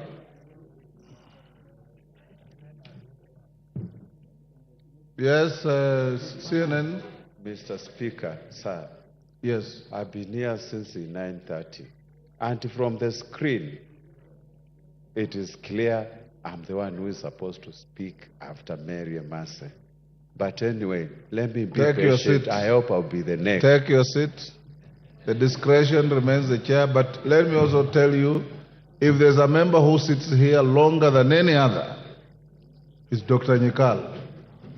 BBC will... He sits here from the beginning. The Speaker finds him here. The Speaker leaves him here. Thank you, Mr. Speaker. Mr. Speaker, I rise to oppose the Finance Bill 2024. Mr. Speaker, this has been the most canvassed bill since I came to this Parliament. It has been canvassed, and the committee has met with professional organizations, it has met with churches, it has met with civil society, it has met with students, and all of them are unanimous that they don't like the bill as it is, and I propose that we reject the bill. And Mr. Speaker, you have seen even yesterday, in just anticipation that the bill will be discussed, the demonstration, the picketing that was in this town. And Mr. Speaker, this time the people who are picketing, if you looked at them, are very well educated people. If you listen to what they're saying, people may be thinking that they were mobilized through social media and so on. But those people have read this bill and they know what is the bill. I dare say some of them may have read this bill better than us. And Mr. Speaker, the reason people are up against, the people of Kenya are up against this bill is we had a bill last year which actually people are suffering from. Now we bring another finance bill. They are still suffering and they have looked through this one and they do not see hope. We represent the people of this country. And why is it that they're reacting like that? Mr. Speaker, if you look at this bill and the clauses that they didn't like, I'll come to the report later. Look at the motor vehicle levy or tax. It is illegal. They know it. An asset is not an income. It is there. And when you do that, all people suffer, not just the people who own vehicles, because it will include transport vehicles. If you look at tax on digital market, and that I think is why the young people are out. They have no jobs. These are educated people, and they're using the digital marketplace to actually earn a living. TikTok, content creation, and so on. We have even ourselves put hubs in our constituencies, and the Ministry of ICT is putting hubs and encouraging these young people to actually use them. We are now levying tax on that, and we do not have jobs for them. If you look at the VAT on bread, it's never been heard of. We're bringing it in. Who are we affecting? The ordinary person. Bread is a staple food. Mr. Speaker, if you look at VAT on vegetable oil, when some months back, we had a big problem with the price of oil. Again, we are now putting tax back. When the prices are just starting to come down, we are putting it. If you put money on mobile phones, everybody uses a mobile phone, even children who are going to school. Mr. Speaker. So people feel that the government as we have now is against the people, and that is why we are having this problem. Look at the eco levy in clause 45 and 48. What is it touching? Diapers, pads, tires of motor vehicles, bicycles, motorbikes and so on. Again, touching the ordinary people. I know that the 150 that we put now, we are saying it is basically just going to be on imported products where it is used. So people have rioted because they don't like this thing. If you look at the fuel levy, which was not even in there, but now it has been brought in, we are proposing about 7 shillings on top of what is happening now. You do that, everybody is actually touched. The housing levy, we amend the bill that was actually assuring the people who have contributed the money to actually make it open to everybody. The people feel we don't like this levy, we thought we'd get the houses, now everybody. Jos Lelemengit.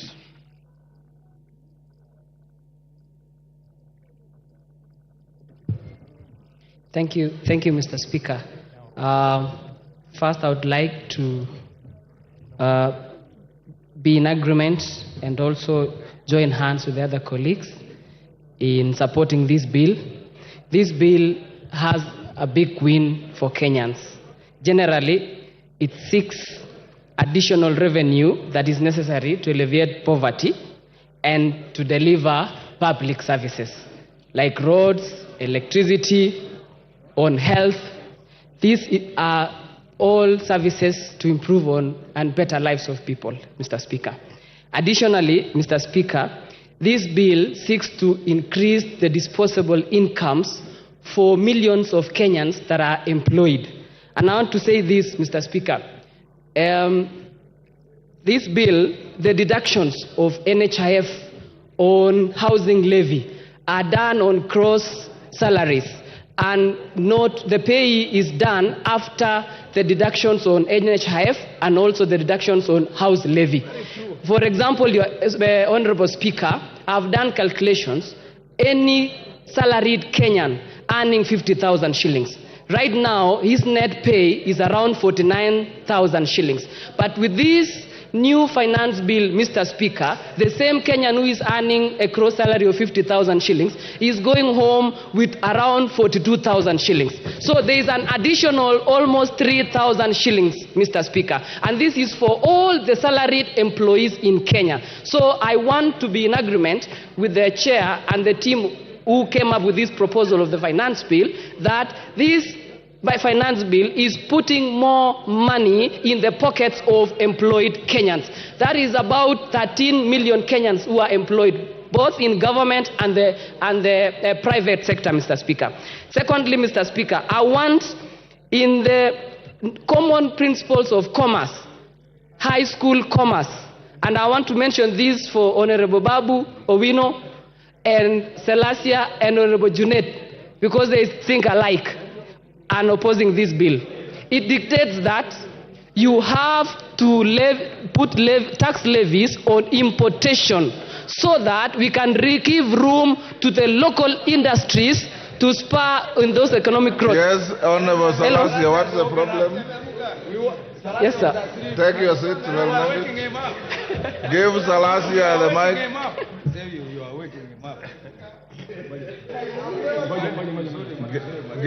There you are, give him the mic. Okay, I'm here, right? I've never stood on the point of order, but let me try to speak on point of order. That one is point of order number 91. Okay. I'm so much disappointed with Honorable Elmengit by saying that Standing Order 31 deals with adjournment of the House. 91, yes. So it can't be the one on which you are standing. Yes, Mr. Speaker, I'm standing on point of order. Yes. Order number 91, yes. I'm getting used to these things, Mr. Speaker, sir. Yes. So I'm so much surprised that out of all these members of parliament, that the engineer Elmengid is mentioning my name and asking me that I'm opposing the bill without even me listening to me giving facts the way I want to give my facts in the next 5 minutes to come. Immediately the speaker is going to mention my name. Thank you, Mr. Okay. Lelmengi, to be fair to Salasia, he has not spoken on this bill yet. Thank you, Mr. Speaker. You know, I was waking up Salasia. I saw him, he was asleep. Okay. And again, Mr. Speaker, I've seen several members opposing this bill, and particularly on the assembled motorcycles that are imported. Those are the motorcycles that 3% of the levies have been put on the imported motorcycles. But the locally assembled and locally manufactured, there's no tax levies on those motorcycles. This will spur the economic growth and also enable these companies, will give these companies to employ more youth in assembling these motorcycles within this country. Again, Mr. Speaker, I would love to buy diapers for my babies from the locally produced ones in Kenya. There is no problem for Honorable Junet creating a company like Junet Diapers Company Limited. I would be happy to buy those diapers from his factory. So I want to encourage every member who is opposing this bill I want to urge all members opposing this bill to also join hands with us so that we can accept the amendment and the proposed bill that we have for 2024-2025 financial year. Finally, Mr. Speaker, the only problem that we are fighting in this country and in this finance bill is the negative connotations and statements propagated by the opposition. Numbers don't lie. For the last 1 year, Mr. Speaker, on the economy, inflation has dropped from 9% to around 5%. The dollar, Mr. Speaker, in relation to Kenyan shilling, has dropped from 165 shilling to 130, up there about. Farmers are happy, Mr. Speaker, for the subsidized fertilizer. And finally, Mr. Speaker, the teachers who are interns for the last 1.5 years will get a chance to be employed permanent and pensionable, which is a big win for our institutions back home, the high schools, the day schools that don't have teachers. So, Mr. Speaker. Thank you. Thank you. Yes, what's your point of order? There's nobody on the floor. Umulher?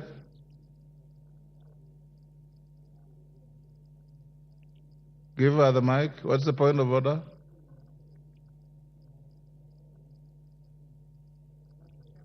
Mr. Speaker, I wanted to interject him, but he's not on the floor. He's not on the floor, so it is spent. Thank you. Okay. I give the floor to Elachi.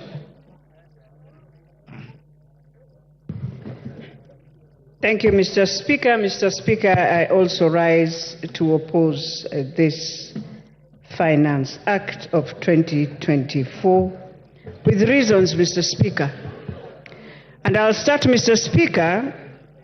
When government came into place, Mr. Speaker, we started by removing subsidies and saying that this will assist Kenyans now to move on as a country. Mr. Speaker, we came in, we decided to ensure that the first finance bill, we had so many issues. We thought this second finance bill, Mr. Speaker, will be a finance bill that brings Kenyans together. And today, what the government has done to us, the Economic Council decided to put Kenya again into crossroads, to make us fight for nothing. And then after that, then you come and now start saying we shall be having amendments. Yet this is something we would have just thought from the beginning, Mr. Speaker, that we don't need a country to go on to a cry and then now come again and tell them that there is an incentive that now we are giving. Mr. Speaker, when you look at the report comes in, and this is an IMF finance bill. This is what they did to Ghana. Mr. Speaker, you remember very well when Kibaki came into government, he was a finance minister. But he decided to be a liberal economist. He decided to look east.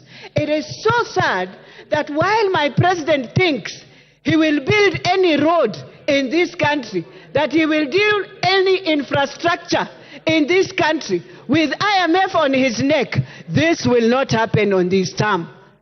Not on this term.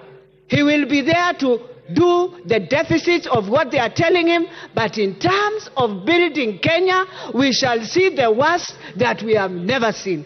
Mr. Speaker, the bill then comes in and tells us you want to restore policy on debt, sustainability, whatever. But then you forget that you are the same person who is saying you need everything on items. Fine, you have said you have reduced it for Mama Mboga, I don't know for who. But you are forgetting the same person who can do business beyond 2 million is the same person you have just returned into the challenges we are saying. Try to build an economic base for Kenyans to have this thing we are calling that there is economic growth. Then you come and tell me you have now reduced to the local manufacturers. Who are the deaf kids and the who's and who's?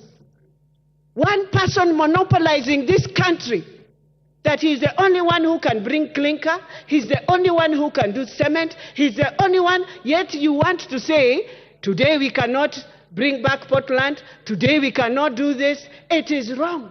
We only have one man who does pasta in this country. So when you say now you are increasing because people are exporting in spaghettis, they're importing in spaghettis, we only have one local manufacturer who does pasta, who decides at every given time how he raises his prices. So how do you deal with those people? Tell us the numbers of manufacturers we have, so that Kenyans can know, Mr. Speaker. Yes, Nyakundi, what's your point of order? Give him the mic. Thank you, Mr. Speaker. I'm standing on point of order number 91. Is it in order for the honorable member to say that the president is dictated by IMF on the finance bill, while the president has the mind of his own? It is this house that dictates the finance bill and the orders that we make. Thank you, Mr. Speaker. If you had the mind, we would have gone to the president after we have finished this. So, Mr. Speaker, what we are saying that it is time as Kenyans, we want to take back our power from the World Bank, from IMF, and we are begging so hard that the president must go back and look at the East so that we can finish our roads. You went to the US, you told us you are bringing a road that is headed to Mombasa. Order, Elachi. The World Bank does not vote in this house. It is you who will vote in this house. Mr. Speaker. Yes, Rindikiri. Understanding order 91, I expect somebody I respect very much to bring in point of relevance. Mr. Speaker, we are not debating the performance and activities of the president. We are discussing the matters of finance bill, and I expect her as such to react. Mr. Speaker, this is where we are losing it, because there are some who are praying for the gallery. We better stop this kind of approach to this finance bill. Thank you, Mr. Speaker. Elachi, the World Bank has no vote in this house. It's you who will vote. So remain relevant.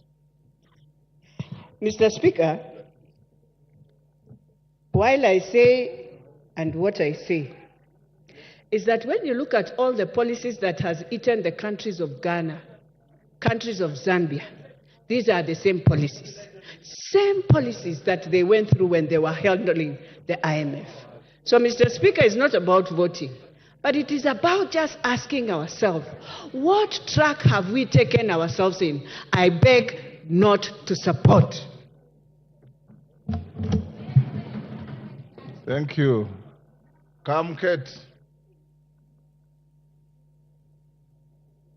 Wamau, I don't see you on this screen. Come, Kate. Yes. Thank you very much, Mr. Speaker, sir, for this opportunity. Mr. Speaker, from the outset, I want to say that I stand to support the bill. And in supporting this bill, Mr. Speaker, I want to say that I fully associate myself with the views and the recommendations of the Committee on Finance and National Planning. The committee, Mr. Speaker, has done a wonderful job in analyzing the bill and in listening to Kenyans. When this bill was published for the first time, Mr. Speaker, I got concerned as every other Kenyan. But I got, Mr. Speaker, I got the confidence, Mr. Speaker, because I know, Mr. Speaker, that Kenya is a working democracy. That the process of legislative, the passing of legislation is a process, Mr. Speaker. That the bill would go to the Committee on Finance and National Planning, that the bill would be subjected to public participation, and that the views of Kenyans, Mr. Speaker, would be collected, and that the committee would come up with the proper recommendations, having listened to the people of Kenya. And the committee has done that, Mr. Speaker. This committee, Mr. Speaker, represents Parliament. The Committee on Finance and National Planning is a committee that is made up of members across the aisle. It is not a committee, Mr. Speaker, of members of one side of the House. And their report, therefore, the report which has no dissenting view, represents the views of this Parliament. And I want to say, Mr. Speaker, I want to thank the members, all of them, from both sides of the House, that they have done a good job. I want to, Mr. Speaker, the Treasury is made up of Kenyans, and they are mandated, Mr. Speaker, at every financial year to come up with revenue raising measures to support the budget. And they are free, Mr. Speaker, to be innovative. Those officers at the Treasury, Mr. Speaker, are free to come up with wild ideas. But that is why Parliament is here. Because the officers of the Treasury, I do not see why the hysteria. Why there was hysteria? Why would a member of Parliament be joining, Mr. Speaker, members of the public in demonstrating in the streets when his opportunity is here? When the opportunity is here now, and then when they are given the chance, Mr. Speaker, they come and speak about revolutions that are non-existent. This is the time to talk about, to debate this bill and to look at the recommendations of the committee as they have made. Mr. Speaker, the governments exist to levy taxes, Mr. Speaker. And it is Parliament responsibility to check on the executive. And that is exactly what we are doing. Mr. Speaker, you know, when the orange button comes up, Mr. Speaker, and the points are coming, I do not know what, we begin to panic. Mr. Speaker, let me just say this, Mr. Speaker. This morning, I listened to the leader of minority opposing the bill. But I looked at him, Mr. Speaker, and I could see his opposition to the bill was nothing but hollow, dishonest, and shallow. Because, Mr. Speaker, if the public have given their views, Mr. Speaker, and I challenge, Mr. Speaker,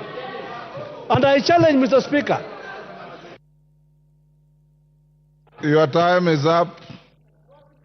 You are order. Member for Malindi. Asante sana Mheshimiwa Spika. Mwanzo ningechukua fursa hii Mheshimiwa Spika kuweza kuwashukuru Wakenya. Nimeona wenzangu wengi wamesimama hapa na kusema tushukuru wale watu ama ambao wako katika kamati ya mswada wa fedha, lakini mimi nasimama hapa Mheshimiwa Spika kushukuru Wakenya. Wakenya kwa mara ya kwanza tumeweza kuona nguvu yao, tumeweza kuona umoja wao, na tumeweza kuona kwamba tunapoungana na tukisema no kwa jambo, tukikatalia jambo, hilo ndivyo ambavyo linakwenda kupita Mheshimiwa Spika. Jambo la kwanza Mheshimiwa Spika ni ushirika wa umma. Mwanzo nimesimama hapa na pinga vikali huu mswada wa fedha ambao umeweza kuwakilishwa hapa mbele yetu Mheshimiwa Spika. Watu wangu wa Malindi Mheshimiwa Spika wamepinga vikali masuala ya kuongezwa ushuru katika mambo ya mkate, katika mambo ya pampers, katika mambo ya sanitary pads. Watu wangu wa Malindi tayari ile hali ya maisha ilivyo ngumu, wanasema kwamba hawataki tena kuona ushuru wa aina yoyote uweze kuongezewa hapa Mheshimiwa Spika. Mheshimiwa Spika, sisi Waswahili tuna msemo wa kusema unapopatiwa chakula kukula, unakula kile chakula mpaka unasahau unataka pia kula ile sahani. Tulipokuwa tunajadili mswada wetu wa fedha wa mwaka 2023, kulikuwa kuna mambo mengi ambayo sisi tumeyakataa Mheshimiwa Spika, lakini mambo yakapita vile ambavyo yalipita. Na kwangu mimi ninavyoona Mheshimiwa Spika, pia huu mswada kulikuwa kunataka kupitishwa mambo mengi zaidi, lakini safari hii Wakenya walikuwa chonjo na wakaweka miguu yao chini na kukataa ule udhalimu ambao ulikuwa unakwenda kutendeka Mheshimiwa Spika. Ningeweza kusisitiza kwa wananchi wetu wa Kenya nzima kwamba tunapokuwa na ushiriki wa umma ama kwa kizungu ambayo inaitwa public participation, naomba Wakenya wajitokeze kwa wingi, waweze kusikizwa, waweze kueleweka na waweze kutoa maoni yao kuhusu masuala tofauti tofauti ambayo yanaendelea katika bunge la kitaifa, katika masuala ya miradi ya kitaifa, miradi ya county na mengineyo. Mheshimiwa Spika, kabla hatujazungumza kuhusu huu mswada wa ambao tunaujadili saizi, tunataka pia tuangalie ule mswada wetu wa mwaka 2023. Ni kwamba uliweza kutusaidia vipi sisi kama Wakenya? Tunafaa tujiulize gharama ya maisha je ilikwenda kubadilika? Tunafaa tujiulize mazingira ya kazi je yalikuwa ni mazuri kwa watu wetu? Tunafaa tujiulize imetusaidia vipi na imeweza kutufikisha wapi? Malengo yetu, budget yetu ya ile pesa kama tumeweza kuifikia ama la? Mheshimiwa Spika, tuliona kuna vitu ambavyo tuliweza kupitisha wakati ule, ikiwemo masuala ya hustler fund, masuala ya housing levy. Tunataka pia tujue report pesa hizo, mambo hayo, malengo hayo tumeweza kuyafikia ama hatujaweza kuyafikia Mheshimiwa Spika. Kwa kumalizia Mheshimiwa Spika, mimi ninavyoelewa Wakenya hawana shida na kulipa ushuru. Uchungu wa Wakenya saizi tunazungumza kuhusu budget ya zaidi ya trilioni 3. Matumizi ya hizi pesa Mheshimiwa Spika ndiyo matatizo makubwa, na ndio maana tumeona vijana wetu, watoto wadogo wamekwenda barabarani kufanya maandamano Mheshimiwa Spika. Matatizo ambayo tuko nayo sasa hivi Mheshimiwa Spika ni ufisadi. Na pale ambapo tunazungumza kuhusu ufisadi, kwa sababu pesa zote hizi zinatoka kwa Wakenya, bajeti yote hii sasa hizi inatoka kwa Wakenya. Tunapoona ufisadi ambao unaendelea Mheshimiwa Spika, mawaziri wanakuja hapa, mawaziri wao ambao wana ufisadi wanaachiliwa Mheshimiwa Spika. Hii ndio inazidi kutia machungu kwa Wakenya kule Mheshimiwa Spika. Tunaona wale ambao wameshikana kule kwa upande wa serikali Mheshimiwa Spika, wanaenda katika mkutano, mtu ambaye mshahara wake ni sawasawa na wangu na anatoa karibu milioni 30, na kuna kijana mwenye ambaye hana kazi na hana hata shilingi. So tunataka matumizi ya hizi pesa pia ziwe ziko sawasawa Mheshimiwa Spika, na kwamba ufisadi uweze kumalizika hapa ndani ya Kenya Mheshimiwa Spika. Mimi nataka niseme napinga vikali huu mswada wa fedha wa mwaka 2024 Mheshimiwa Spika. Asante sana. Rindikiri.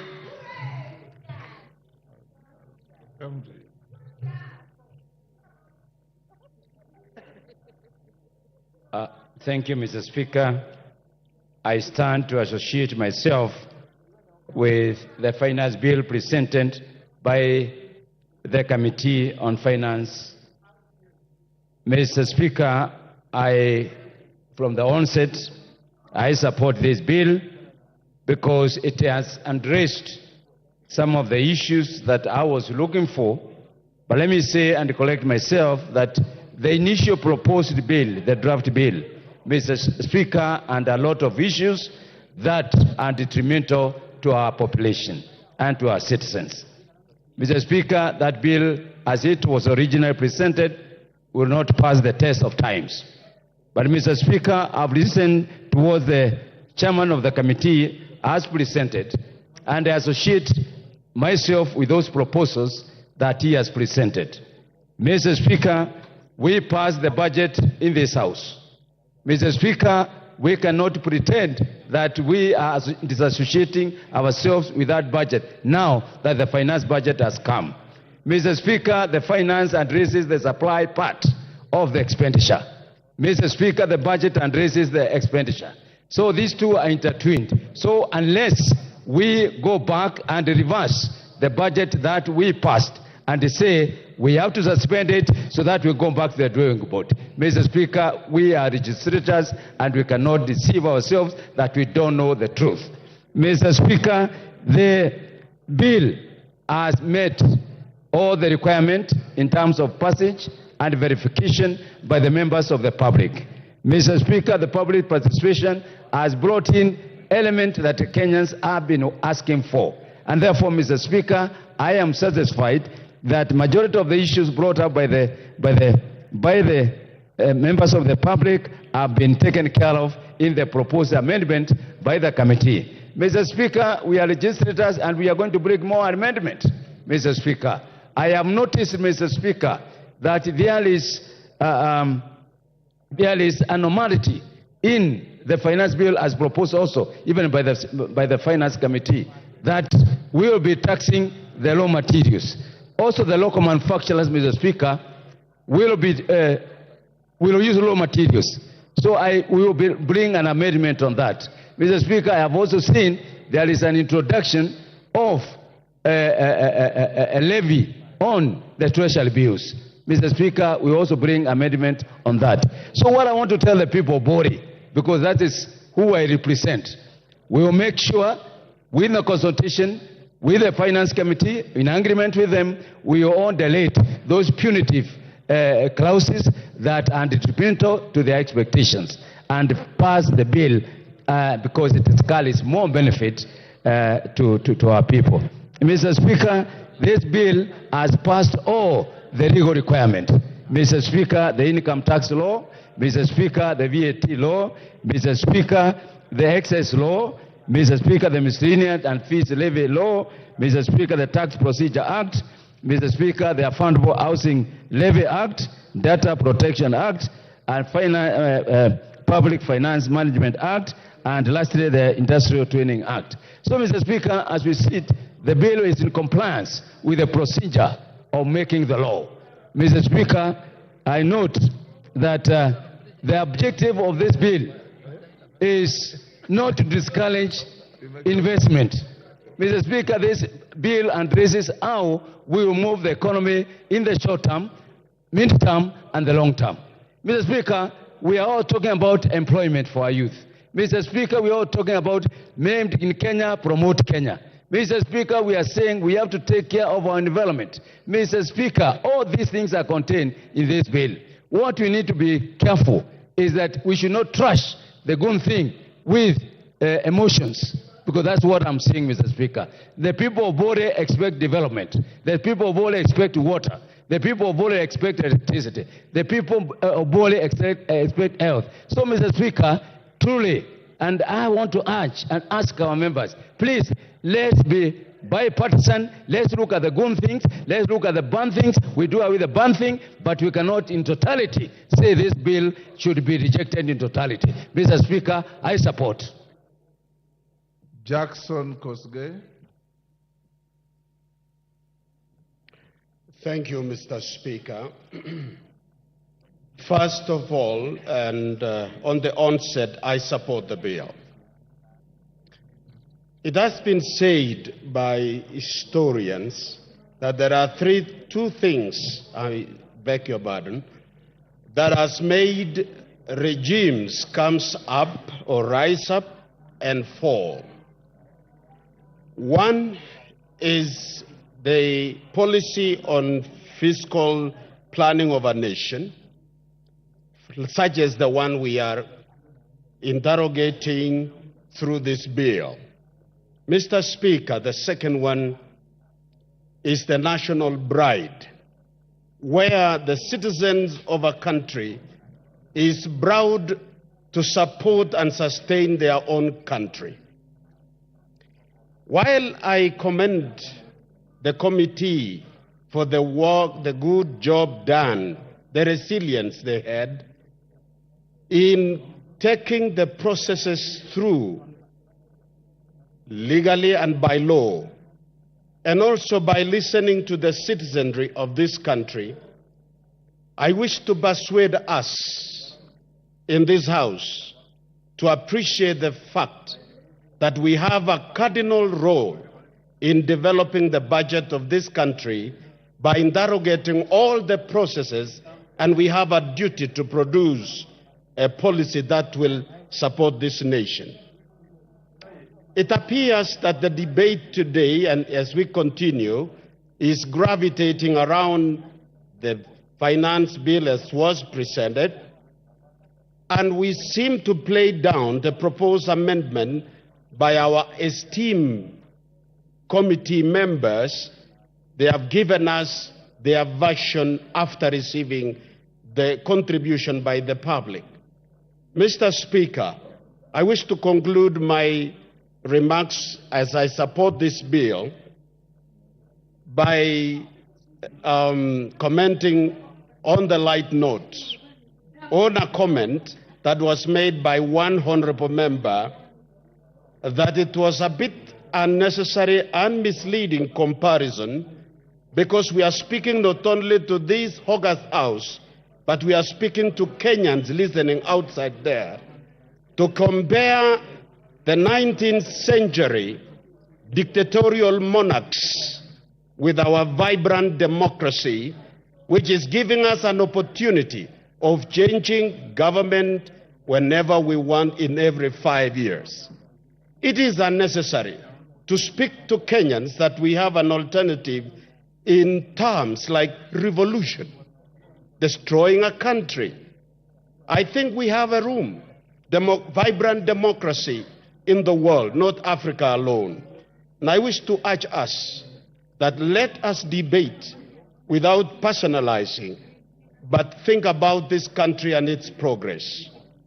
With that, Mr. Speaker, I support the bill. Thank you. Mawade.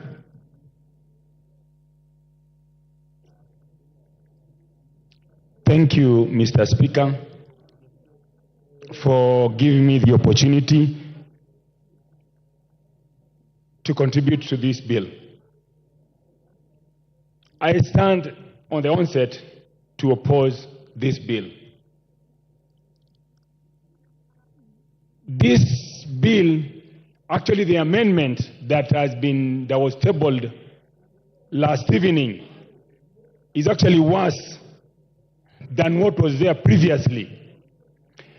The original bill that was tabled aimed to raise 308 billion shillings.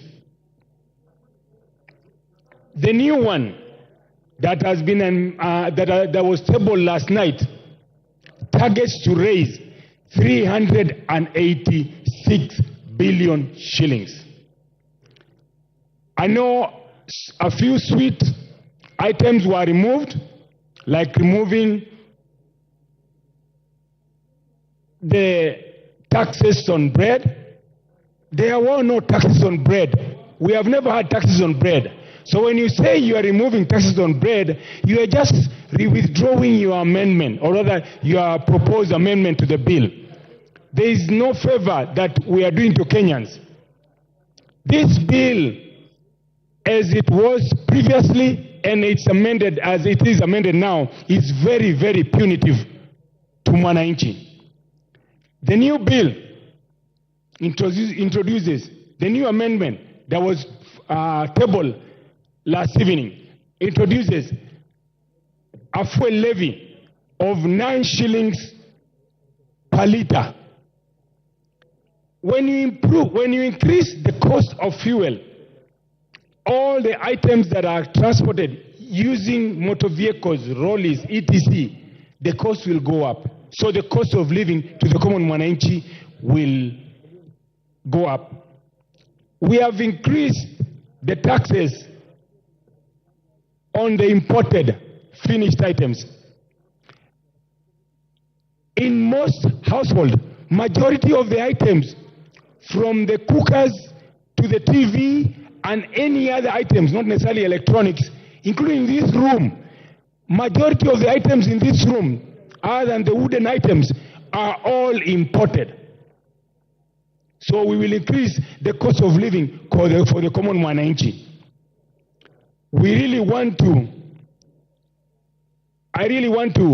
I've had a few people congratulate the finance committee. I want to congratulate the Gen Z for coming out in large numbers and expressing themselves.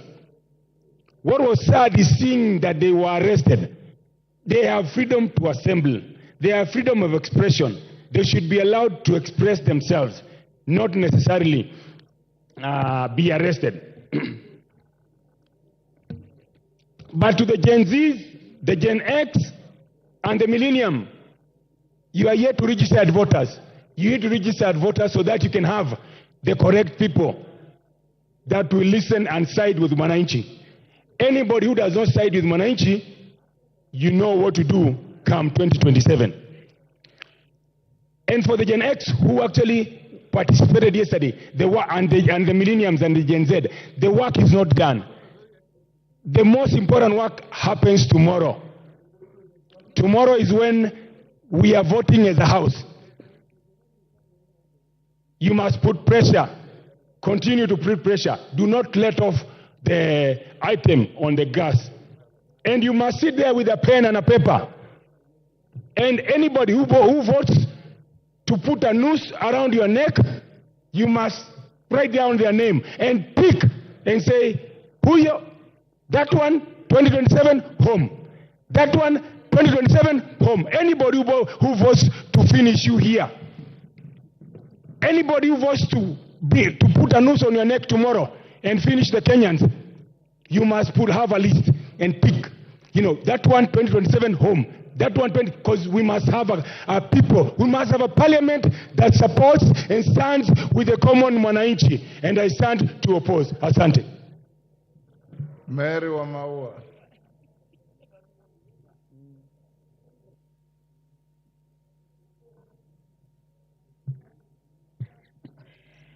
Thank you, Mr. Speaker, for giving me a chance to speak to this finance bill. Mr. Speaker, I don't stand here to be told by an honorable member who is elected like me, because I listen to my people. Mr. Speaker, I'm here to support the finance bill with the proposed amendment from the committee finance.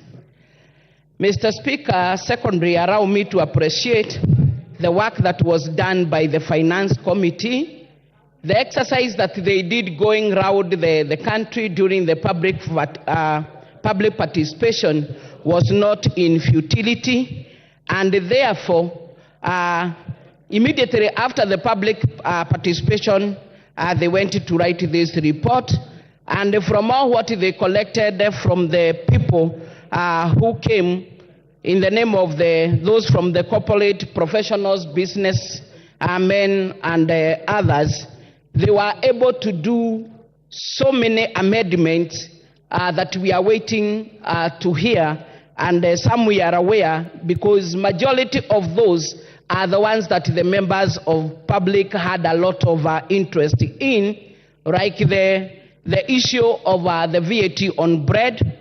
There is that proposed amendment to remove the VAT on it. There is also the excise duty on the vegetable oil that was also an area of concern.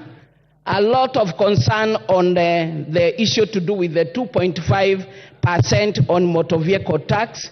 Mr. Speaker, I may not be able to mention all the areas of concern, but I cannot forget to also note that there was the proposed amendment from the committee on the eco levy on locally manufactured products like the sanitary towels, the diapers, phones, car batteries, and others.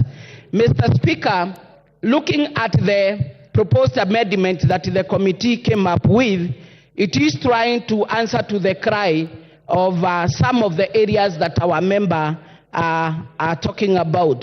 And Mr. Speaker, some of these are going to boost our local manufacturing industries, which we highly recommend, because with the local manufacturing industry in the country being boosted vis-a-vis all what is coming as import, this will be able to give market to the farm products, because a lot and the backbone of this country is agriculture, as well as also creating employment.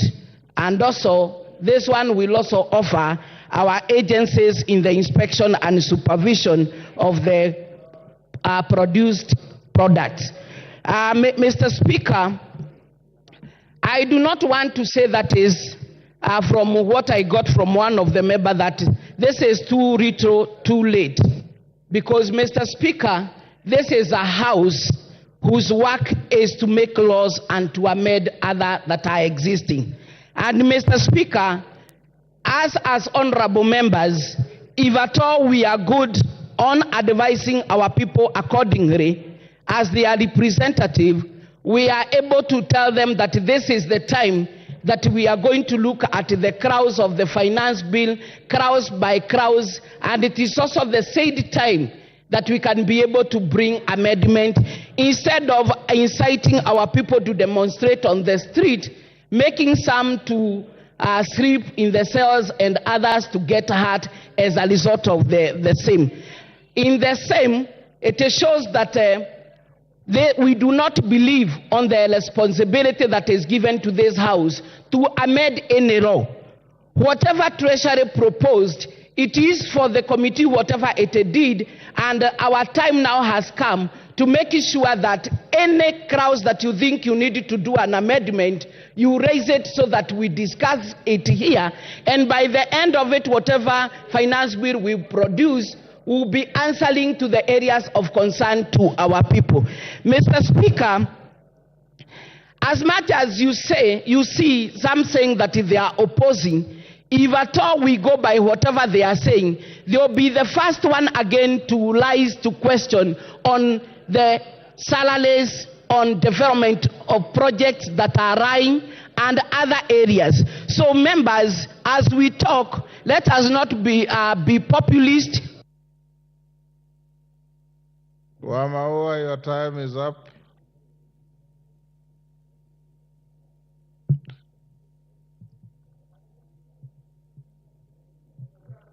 Yes.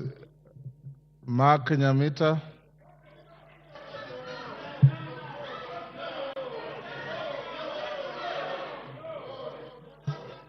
Order. You are all equal. No, Mr. Speaker, this guy has just come down. Go on, Nyamita. Give Nyamita the floor. Mark Nyamita, you've just come down. We have been. Angela, you will speak. I think let in a house of order, Mheshimiwa, the speaker is presiding. Thank you, Mr. Speaker. Thank you, Mr. Speaker, for giving me an opportunity to contribute on this particular bill. I'm sure, Angela, if it was you, you will be happy. I'll give you a chance. We have just come now. We have been sitting here. Order, Angela. I appreciate your resilience Mr. Speaker, today. Protect me to be listened to in silence. Oh, that's unfair. Thank you, Mr. Speaker. From the onset, Mr. Speaker, I want to say that this bill, as was presented on the floor of this House, any reasonable member of Parliament would object to it.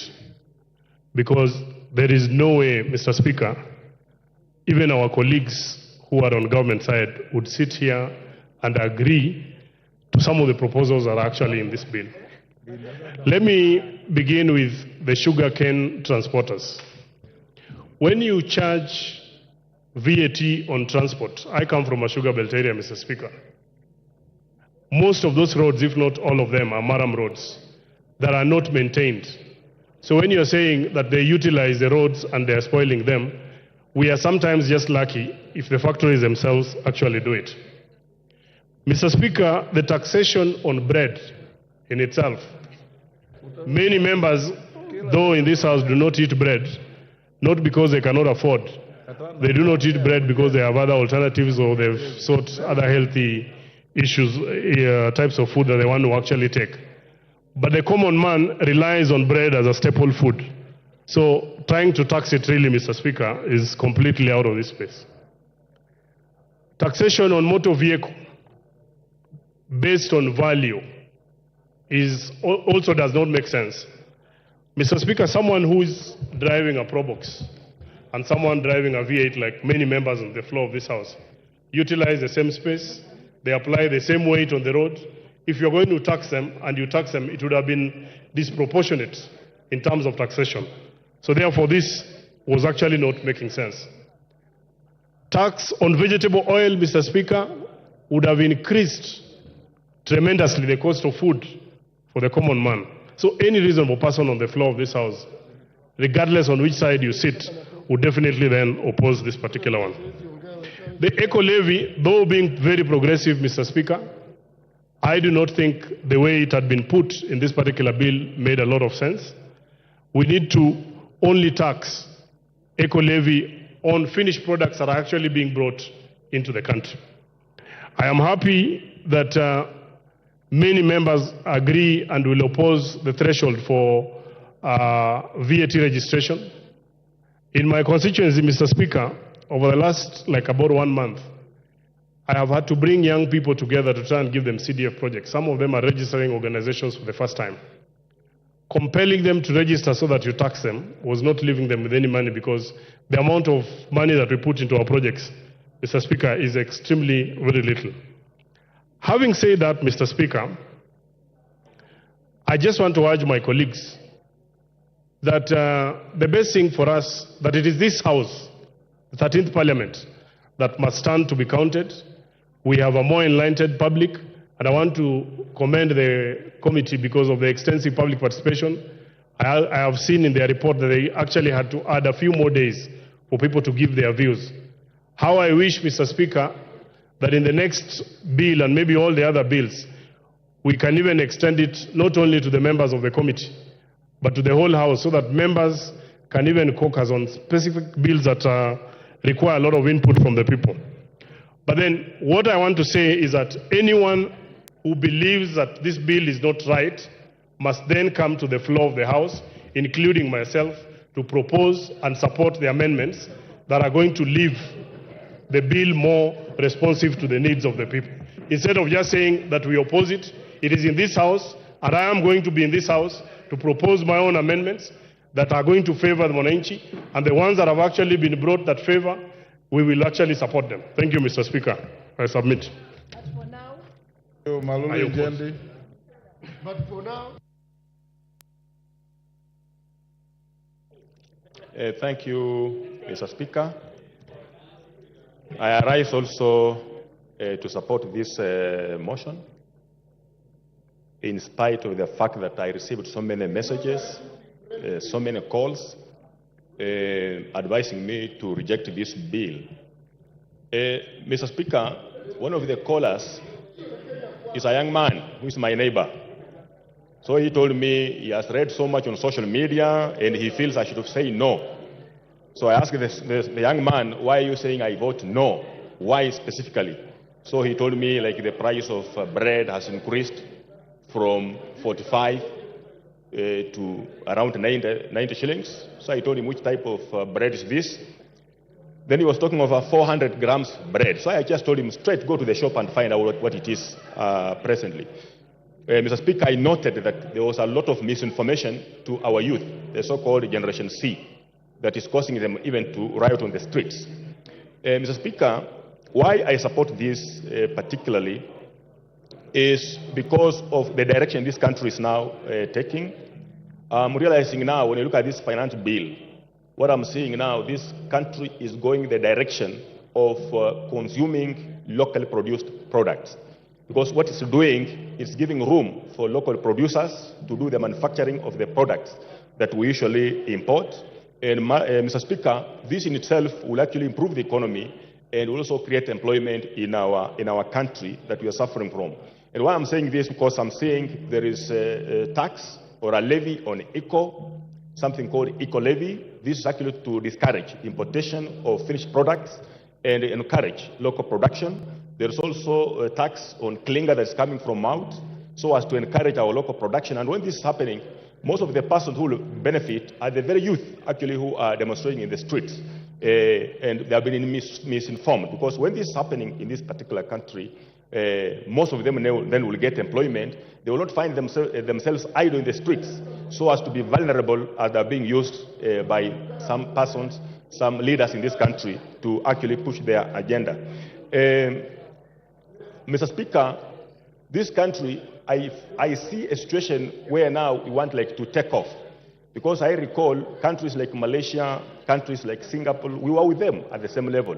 But them taking to this route, they have taken off. They are far away from us, industrialized countries. So this is the right route, and I want to advise Kenyans that we have to be patient with this particular country, and if they want to know that we are on the right track to development and even to our own benefit, they should see what has happened. You know, previously when this government took over, the price of bread was so high, the price of unga was so high, the price of maize was so high, you know, but currently now these prices have come down because of the policies this country is taking to.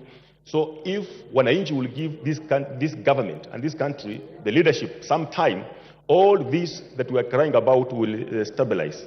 Mr. Speaker, I want to appreciate the chair of Finance Committee. There was an issue on eatings, invoicing. You see, the factories, I'm hosting 2 factories, sugar producing factories in my constituency, that is Budgetary and West Kenya. The 2 factories, the directors came to my home complaining about the eatings, what it was to farmers. And they were arguing that if they do this, there will be double taxation to the farmers, the cost will be pushed over to the farmers. And when you look at the whole process of developing e-tax, e-eatings, it was a whole cumbersome process that even most of the farmers who are illiterate could not manage. So when I called him, he asked me to ask them to come and make their presentations, and they did their presentations. And I'm happy, I want to tell the farmers the e-teams has been struck off. The issue of transport of cane from the farm, the factory, has also been struck off, because this cost would be passed over to the farmers, which I'm now telling the people of Malava that I represent.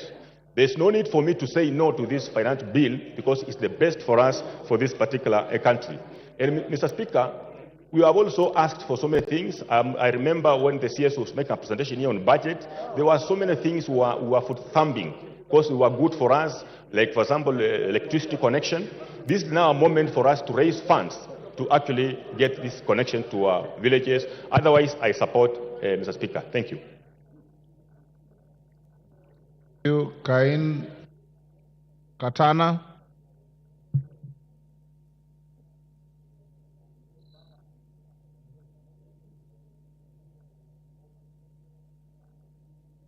Cain Katana, give him the mic.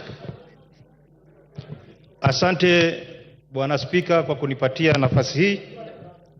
Kwanza nataka niwapongeze wale Wakenya wote waliojitokeza jana kuandamana ili kutoa hisia zao kuhusu mswada huu wa kifedha wa mwaka wa 2024. Nataka pia niwapongeze wale ambao walishikwa kutetea haki yao. Hao ni mashujaa wa karne hii tulionayo. Bwana Spika, mimi ninapinga ripoti na mswada huu wa kifedha wa mwaka 2024 kwa yafuatayo.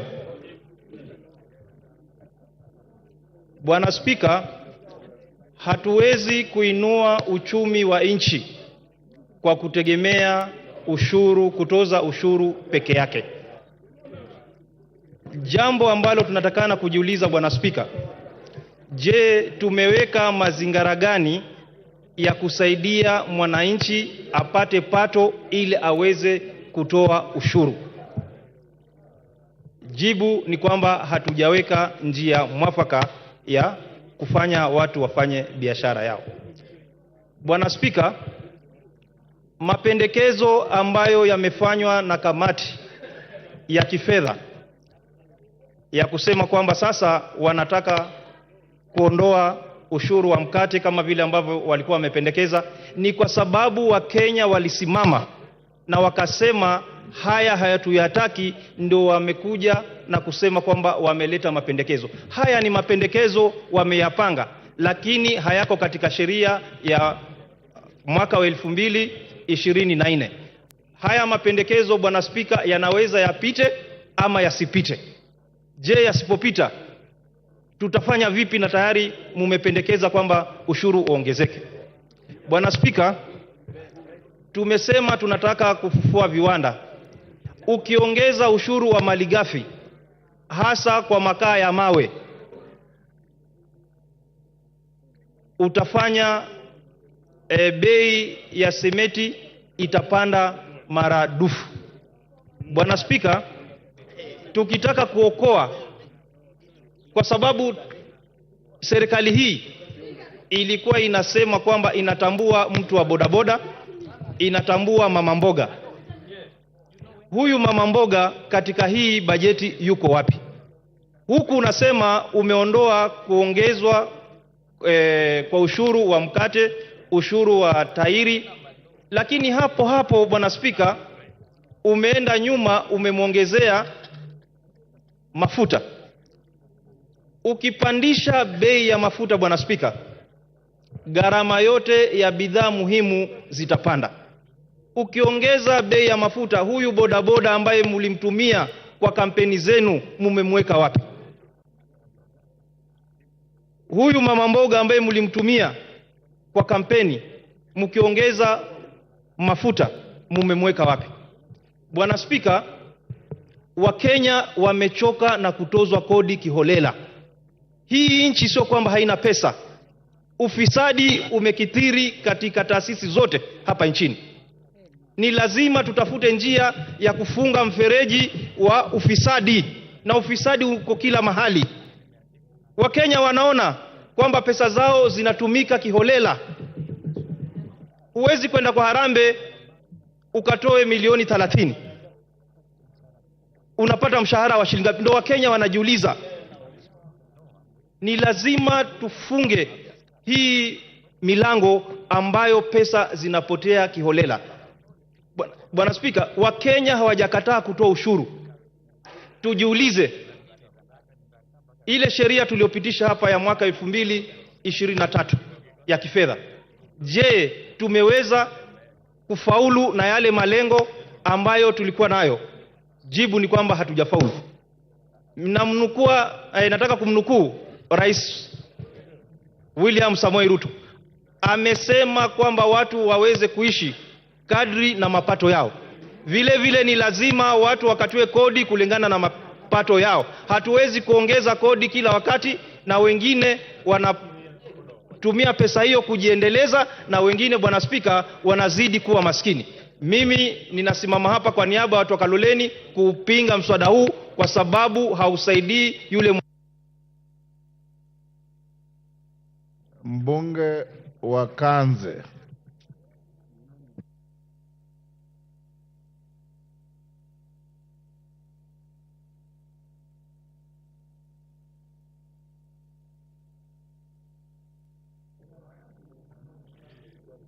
Asante sana Mheshimiwa Spika kwa kunipatia hii nafasi. Mimi pia niweze kupeana maoni yangu kuhusu huu mswada wa fedha wa mwaka 2024. Mheshimiwa Spika, mimi pia ni kati ya wale wabunge ambao nimetumiwa jumbe nyingi sana na wakazi wa Ganze wakiniambia niweze kupinga huu mswada kwa sababu hawafai. Wengi wa wale ambao wamekuwa wakinitumia jumbe, nimekuwa nikiwauliza ni vipengele gani katika mswada huu ambavyo wanaona vina shida. Ni wachache tu ambao waliweza kunitumia jumbe wakiniambia kwamba kuna vipengele fulani ambavyo wanaona vina shida na wangetaka viondolewe ama virekebishwe ama mswada huo uweze kutaliwa kabisa.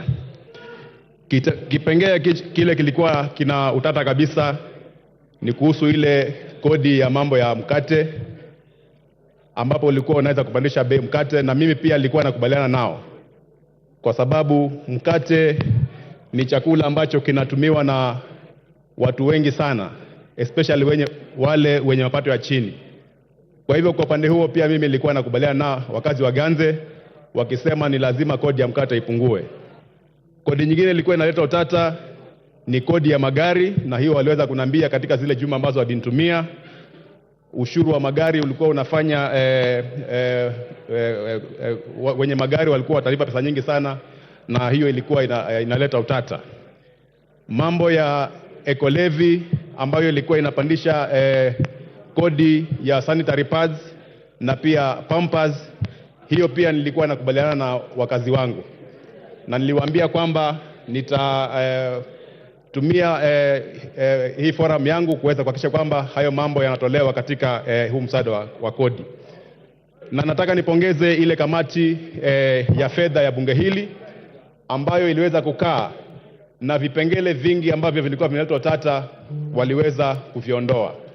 Na pia niendelee kushukuru kwa sababu nikiangalia yale mambo ambayo serikali imepanga kufanya huko katika maeneo bunge yetu kwa huu mwaka wa serikali unakuja, ni mambo mengi ambayo wabunge wote inastahili tuweze kuyapigia upato. Kwa mara ya kwanza tunaona kuwa mgao wa NGCDF unaweza kuongezeka kwa kiwango cha milioni 30.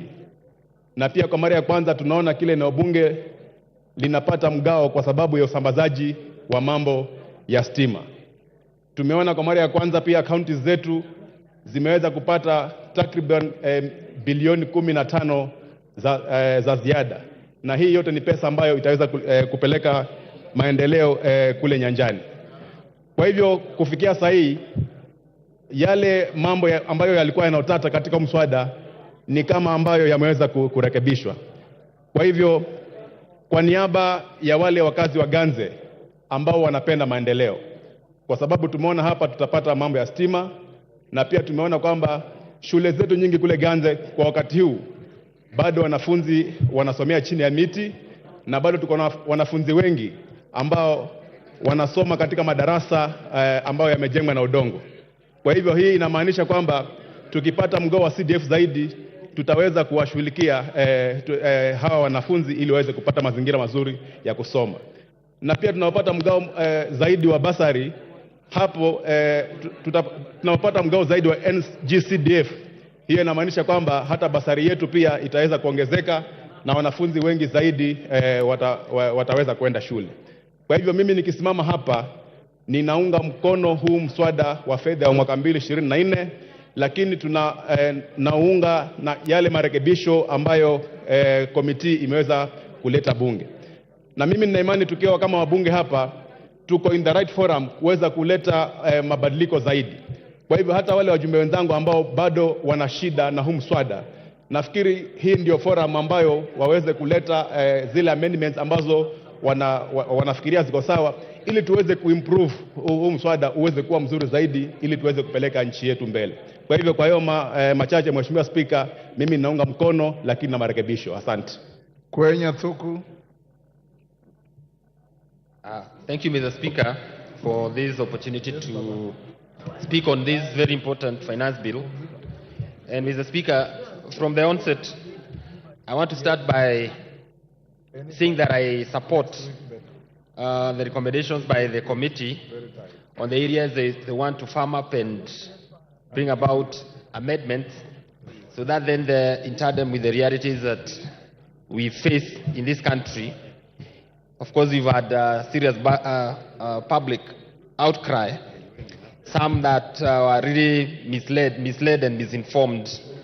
And I feel that, Mr. Speaker, as members of Parliament, we have a responsibility to do nothing else but to tell our people the truth in as far as what our role is. Finance bill from the onset is a proposition by the National Treasury as to how they want to raise money so that then our budget can be financed. And Mr. Speaker, finance bill as presented by the National Treasury is not cast on stone, and therefore this House has a responsibility to enrich and to cut areas where we feel that they are not favorable to our people. And specifically from where I sit as a member of Parliament for Kinangop, there is an area of concern, but I'm happy that it has been addressed, whereby we are opening up our boundaries to from our neighbors who are members of East African Community, exempting imports that are agricultural in nature to come to this country to compete with local production.